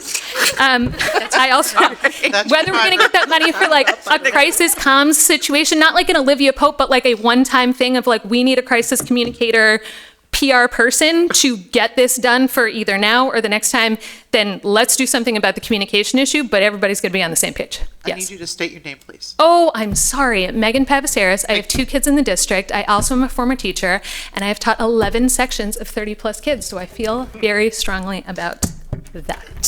Thank you very much, Megan. Good night. Can I make a note or a comment? The Grafton News still exists, as a matter of fact. Oh, but I'm just saying. Yeah. But it's not. Has it reported on this? Yeah. Yeah, front page this week. Yeah. Yeah. Okay. Anybody else want to speak? Okay. Don't forget to say your name, affiliation to district. Allison Brissett. I have 2 kids in the district. I'm trying not to do, I want to bring new things, as you said, Craig, but I do want to say my trust as a resident is right now in Dr. Cummings and in the Finance Committee. And so that was actually the first committee or meeting of the Finance Committee that I listened to last night. And as everybody is saying, it was awesome. Like, you guys had a great discussion, and I appreciate that. And I would love to have you continue with that. Like, over the next 2 weeks or so, or whatever it is, like, let's put our trust in the Finance Committee, the people who are experts in finance, and have you guys help us craft an appropriate number for an override. And I also think a 1-year override is crazy, but yet at the same time, I'm liking it, Mark, the micro overriding. Like, we can say, as Megan said, the $7 in your tax, like $7 a month, that seems reasonable. That seems like we're moving with the times, right? Like, we're just, we're not making it so overwhelming for people, but we're like doing enough to not cut our school budget. And I do not like going below level services. I am as everybody has said tonight, we are not going to get that money back. We're just not. And I would like that all of these committees to keep the momentum going right now. You are not going to get people re-engaged in the fall. Like, keep the momentum going. Please work to come up with a number that is going to be able to allow the schools to be level services. Thank you. Anybody else? Yep. Colleen Roy. I have 2 kids in the district, and I am also a big fan of the micro override. The nice part about that is that you guys presented your balanced budget, and if the micro override fails, you get your balanced budget and the cuts, but it gives the residents an opportunity to save those cuts if they want, and it sounds like they want to. So, thank you.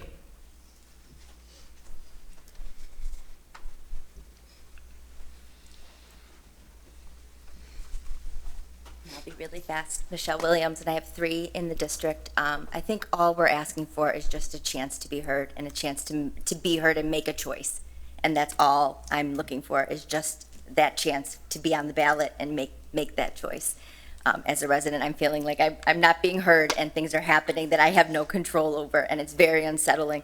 And I'm looking at other districts, and I'm looking at school choice to send my kids out of this district because I'm not comfortable with where our school district is going.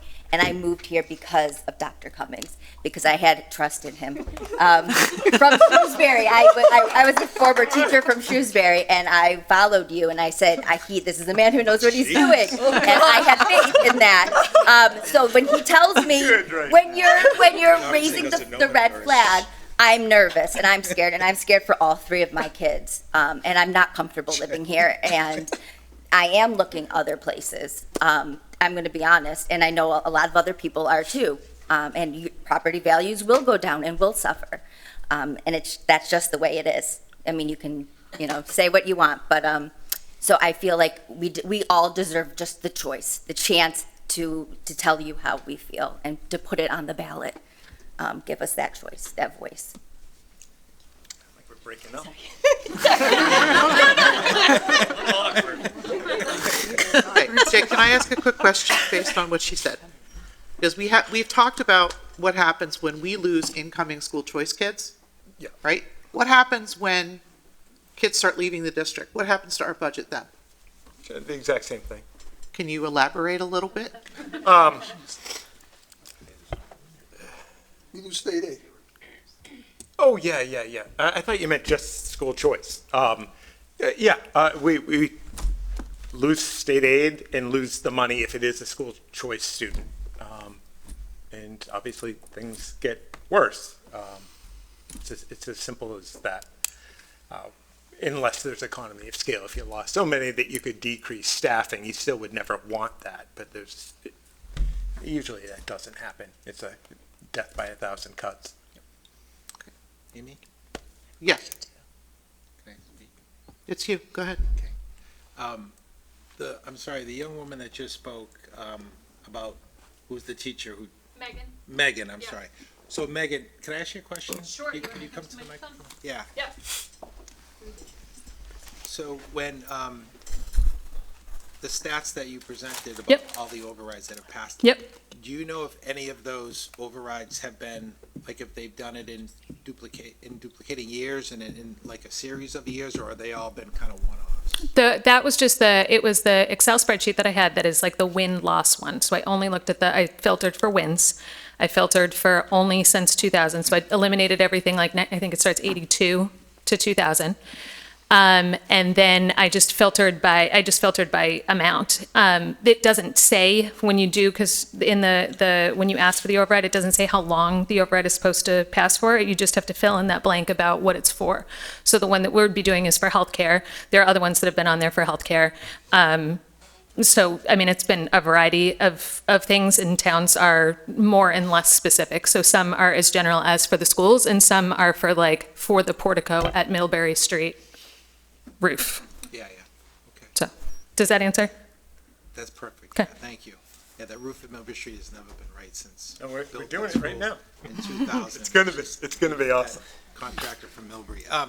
So I asked for that because when Mark first rolled out the 1 year micro override, I initially thought that might be a good way to do it because of the low number, and it might be palatable, and it might be something that it became kind of everyday life, right? It just became kind of a routine, yeah, we gotta vote on this extra piece, as long as it's a micro and it doesn't become, doesn't grow.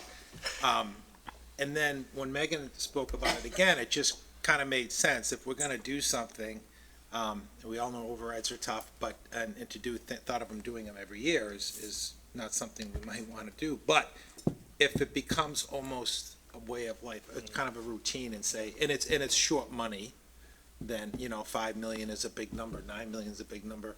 If it's, it might be a lot easier to sell and then, continue the process, I guess. So one thing I was realizing during these discussions that we talked about last night at Finance Committee that people might not have seen is that there is very little bit of information that we get to put on the ballot measure of what this was for. And Mark's idea was we had an $800,000 increase in health insurance. So the ballot override question would be for the purposes of funding the unexpected healthcare increase of $800,000 this year, or something to that effect. Some little bit of wording that says we're having to do this because we got hit with a huge unexpected increase in healthcare costs. I just want to make sure that everyone was aware of that bit of our discussion from last night. Okay, I didn't actually close public participation, so go ahead, Colleen. Colleen, and I just wanted to build on what Craig was saying. The nice part about the micro overrides is that when we're talking about these multi-year overrides and the hope to stretch it, it's really hard to see that. But by doing these little ones each year and the years that we come across where we don't need one, that's visible right there to the voters. They're not asking this year, but maybe we'll be back next year for 300,000 or this, that, and the other thing. And it just keeps the process more engaged and more active and palatable. Thank you. Okay, I'm There gonna are call hands on on you. Zoom. We have a hand on Zoom? You have 3 now. Go ahead. Oh, my goodness. Okay.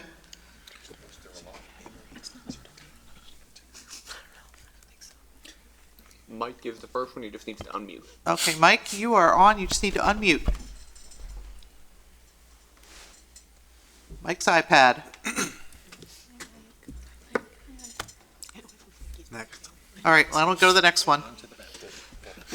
Says like sports talk radio in Vietnam. I've never actually done this before. This is exciting. Mr. Carroll, you just need to unmute. I am unmuted. Can you hear me? Yes, we can. So, Bob Carroll, I had 2 girls go through Grafton schools. They are not in the school district anymore. I was one of those ones that did write to the Board of Selectmen in an email And my opinion is, right at this time, I'm not ready for an override. And the reason is, looking at more of a macro view, right, and bigger picture, the Healy administration has proposed 2 new taxes. I don't know if people know about those. One is on all scripts for those, that need medication and prescriptions. And, I think we can kind of figure out what populations that would hit even more. National scene, also the tariffs, right? We all know tariffs are basically more taxes, and that's going to increase cost of living. And I think it's probably a relative assurity that at least the 2.5% on the real estate taxes in the town of Grafton, we're going to see that too.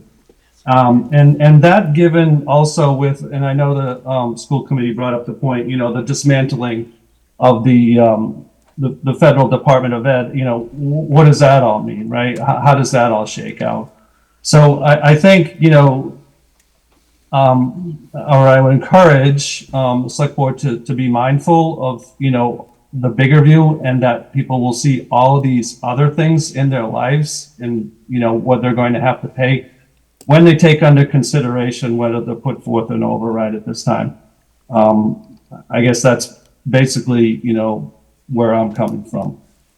I appreciate all the hard work that everyone's done, and I think, the proposal at hand is a really good compromise, but I do think, in another year, with some hard work, we could probably have more and better proposals. So thank you for your time.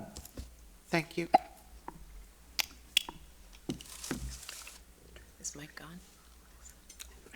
Then you have one more. One more. Jesse Ramsey, you just need to unmute. Oh, it's in my maiden name.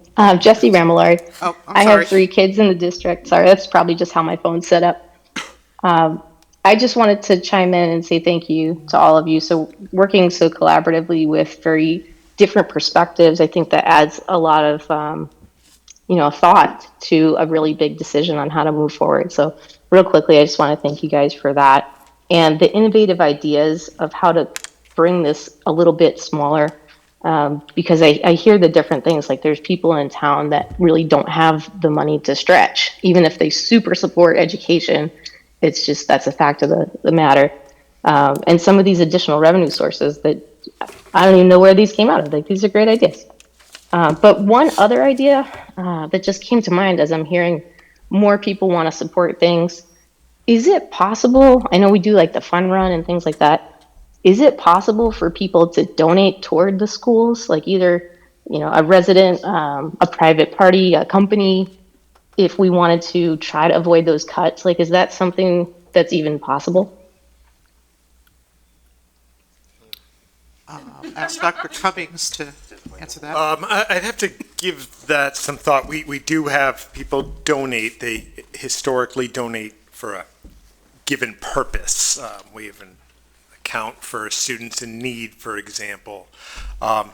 So more purpose-driven. I'd have to give that a little thought as to how that would work on a macro level if we were able to do it and looking to pursue that. I think long-term, obviously, the sheer scope would be far beyond, selling cookies or something. Yeah, for sure. But my thought is I just appreciate the thinking. Yeah, my thought was if it did go for an override, or if people feel like they didn't get their opportunity to pay more, to pitch in more, and they still wanted to, like, would that even be an avenue? Yeah, I can definitely give it more thought. I'd say maybe set it aside for now. Obviously, in some variation, we're going to, as a town, need an override in some capacity going forward. So in the meantime, maybe save up for that. Thank you. Thank you. Okay. Are there any other hands on Zoom? Mike's hand is still up if you'd like to give him another shot. I'll give him one more chance. It is almost 9:00, so I want to take this and then close public participation and wrap up this meeting. Mike, can you unmute? Mike fell asleep. I don't know if he can hear us. Can you hear us, Mike?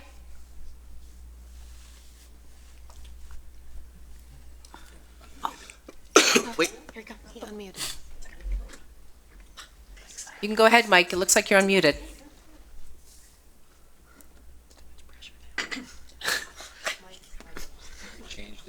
I can't hear anything, can you? No. No. Yeah. We can't hear you, Sorry.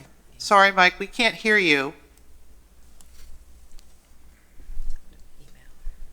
Yeah, he's connecting to audio, hold on. We're all really Give him one more second. We're really excited. It's actually not. The school committee, like, we've never had Now it's muted. I know. Sorry. I'm not used to this. This is so different. Worst case, we're still showing, Mike, that you're muted, but you could certainly email in, or is there a chat feature here, or no? Okay. There's no chat feature. So you can certainly email any of us or any of the boards tonight or tomorrow. Sorry. Okay, we're gonna move along. So again, it is 9 o'clock. Everybody gets one more, I think, and then I guess that'll be it. All right, Mr. Marr. I just had one comment on the last member participant. So there are some ways that you can donate now. There are booster organizations that help with certain supplies that the school is unable to fund with, and educational opportunities and things like that. So even if there isn't something big that can go towards that, there are certainly opportunities, the PTO, PTG, and athletic boosters, music boosters, things like that, if someone is looking for a way to contribute to the schools. Dan. I still am not 100% sure how I feel about the micro overrides, but I'm leaning more toward it, or maybe not necessarily ongoing, but for the 1 year, for this year, I'm leaning more toward it. I think that giving the voters something to actually put their voice into on the ballot, I think would be is worth doing. Angelina. I would just like to see if there's precedence for it too, as far as handling the budget this way. But it makes sense to me the first time we heard about it tonight, but it's growing on me. But I'd also like to know if anybody's tried it and how it's gone. So. Victoria. Yeah, I just want to echo Angelina's comment. Agreed that it would be very interesting to understand what the pattern is historically for sort of many multiple little overrides, or if we would be sort of a guinea pig, which is not necessarily a negative thing, right? And I think it's growing on me as well. And I think one of the reasons why is I think both Craig, Colleen have used the word palatable, and I think that that's appropriate. Particularly in this first year, I think we have a plan that no one is happy with. It's not great. It's not sunshine and roses, but both the superintendent and the town administrator have made cuts for a level budget that are survivable for a year, and perhaps a mini override like this, the $609,000, would take the temperature of the town. And if it were to not pass, we would survive. And that would give us ample opportunity to come back with something that is, let's say, comms appropriate, right? Gives us time to create a narrative that we can build something with over the next year, while also taking the temperature in a lower risk environment now. So it's growing on me as well. Andy. Thank you, Madam Chair. I just wanted to put out there that, Evan had sent the board an email earlier today that he is continuing to update some of our benchmarking standards from our previous report. A new benchmarking report could be, in the future, if that's what the select board so chooses. Similar to Mr. Kusher, my main concern is that residents get the chance to voice their opinion here. And if the way everybody's leaning and the way, from the input that we've gotten, a 1 year 600 is what we feel is appropriate, I can totally support that. And then really get serious about increasing our comms. And I point out the benchmarking study because I think that can help us in years to come. I'm anticipating some of that pushback would be that we're essentially giving ourselves little mini blank checks to bail ourselves out every year. But if we go back and we do that due diligence and can point out where we stand in comparison to comparable communities, in terms of our budgeting and what we're paying our staff and all those things, it potentially, makes that work a little easier next year when the discussion comes back. Okay. I have Leora, Laura, me, Mark, who else? Matt? Okay, keeping a running list. At the risk of repeating what some of my colleagues have said, I walked into this meeting sort of afraid of a one-year override. I thought, God, having to do those comms over and over year after year seems extremely daunting. I have changed my mind too, or I'm certainly more open to it. I love the idea of not having these scary cuts that really take us down to the bone. I do think it's palatable and easy for the voters to understand and to accept. So I am, my initial thinking when I walked in here was I want to find a compromise where we're taking the needs of the taxpayer into account and the needs of the school. And I've become convinced that this may be the way to do that. So, Laura?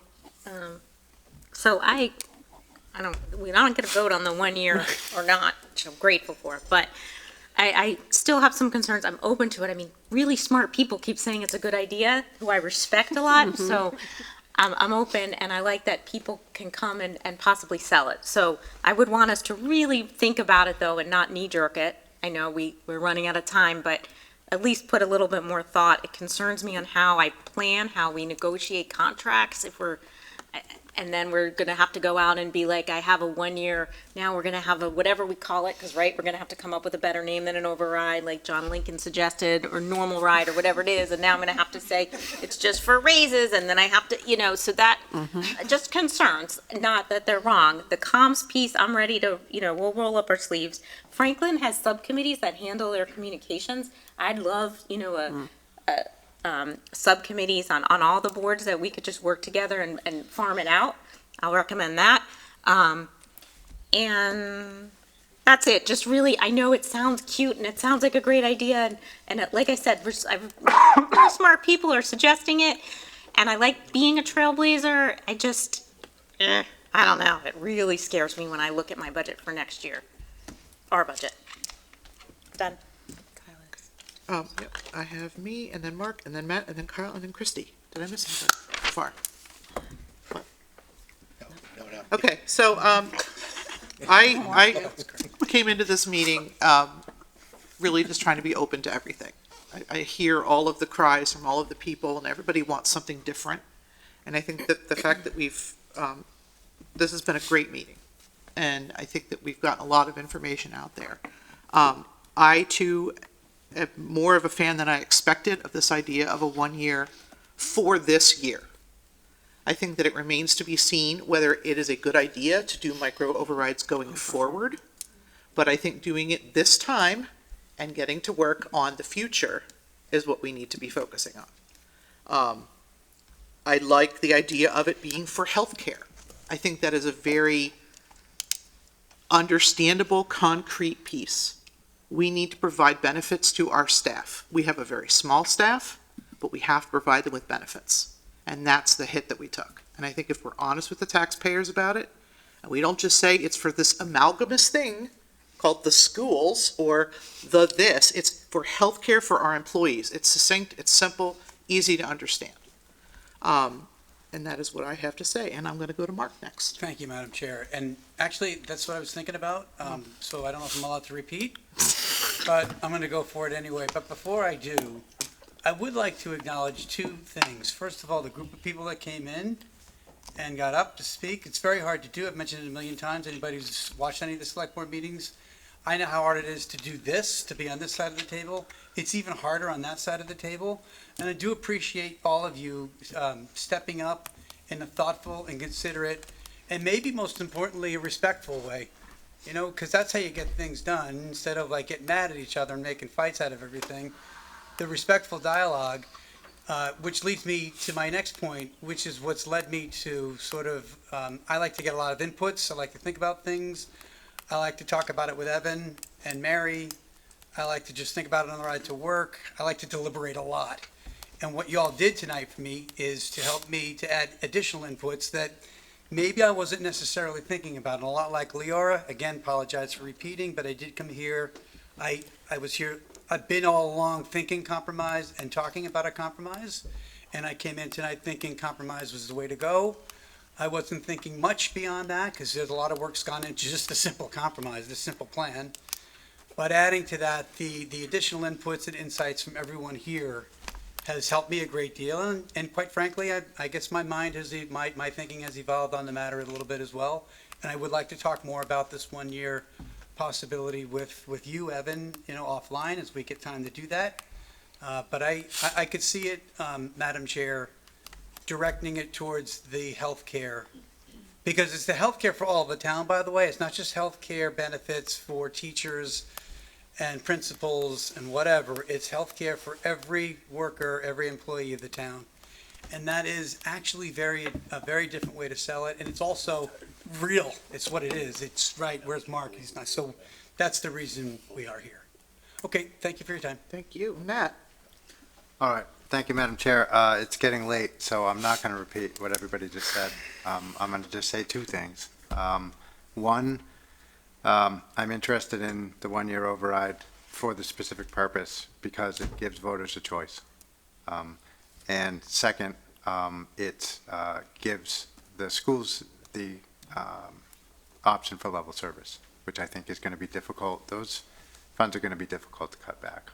So I'm not totally sold on it, but I think it's a really intriguing idea. And it's definitely something that, in principle, sort of first look, it sounds like a good idea. Thank you. Kyle? Yeah, could be a good idea. I think that there are very engaged folks saying right now that a 1 year override is a good idea, but a lot of people who vote aren't quite as engaged. I think comms, to reiterate Laura, is for me very important if we do this. I would also want to see if other communities, similar to what Craig and Victoria had said, if they've done it in the past, is any precedent, how it's gone, so maybe we'll learn from that before we recommend. And then lastly, I keep going back, but there's a reason, I'm sure Jay and Evan thought of the 1 year override and the option, and there's a reason they didn't recommend it, and recommended the middle ground opportunity. I think it's worth listening to them. So that's my thoughts. Christy?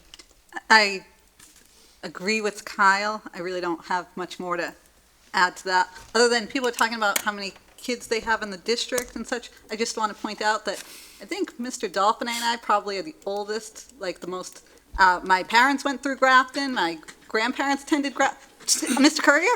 He's way older. No, not that you're older than me. No, that, I know you're older than me. Like, that's not a question, Mr. Dolphin. Ouch, easy. My children attend Grafton. My nephew will be starting Grafton in the fall. But I also agree with Mrs. Often. It does sound lovely, the 1 year override right now, but I don't know how it's going to really go going forward. And again, I concur with Kyle. And one more thing, the Finance Committee voted against that last night, so. Barely. Mr. Marr? Just a bit of information for people that might not have heard about this yet. We hear a lot about seniors on fixed income not being able to afford their taxes. Please come to town meeting, support the citizens petition for a needs-based property tax deduction for seniors. Again, citizens petition, needs-based property tax reduction for seniors. Thank you. Mr. Jefferson? Sorry, I will keep it quick. I disagree with Kyle's take only because I believe that the role of those two gentlemen are to present options. I don't think they typically take a side as to which option is the correct one. They bring forward options for everybody else to make the decision. So I wouldn't expect them to come out and say, we need an override, I support an override, etc. Okay. Anybody else? So we came here tonight to work together toward a plan. I think we have a plan. We also came here tonight to talk about the future. I think we talked about the future. And as far as I'm concerned, I feel like the goals of tonight have been met. We're going to keep talking. Hopefully there's going to be more meetings like this. I'd like to thank Anne Marie for graciously allowing me to chair tonight. I think it's great when we can share the responsibility. The only thing that remains to be done is a roll call to exit the meeting. So if anybody has anything else, say it now. All right, we'll start with FinCom. All right, FinCom will adjourn if we roll call. Cal Quirk. Victoria Duckworth. Aye. Mark, aye. Angelina, aye. Dan Kush, right? All right. And online we still have Heather and Nick. Heather, I. Nick, aye. Thank you very much. And Select Board will adjourn by roll call. Often aye. Often I. Alamo, I. Jefferson, I. Foley, aye. Seeing as how there is no other business that can come before the board at this time, the school committee adjourns. Thank you, Grafton. My dad founded Grafton. I just wanted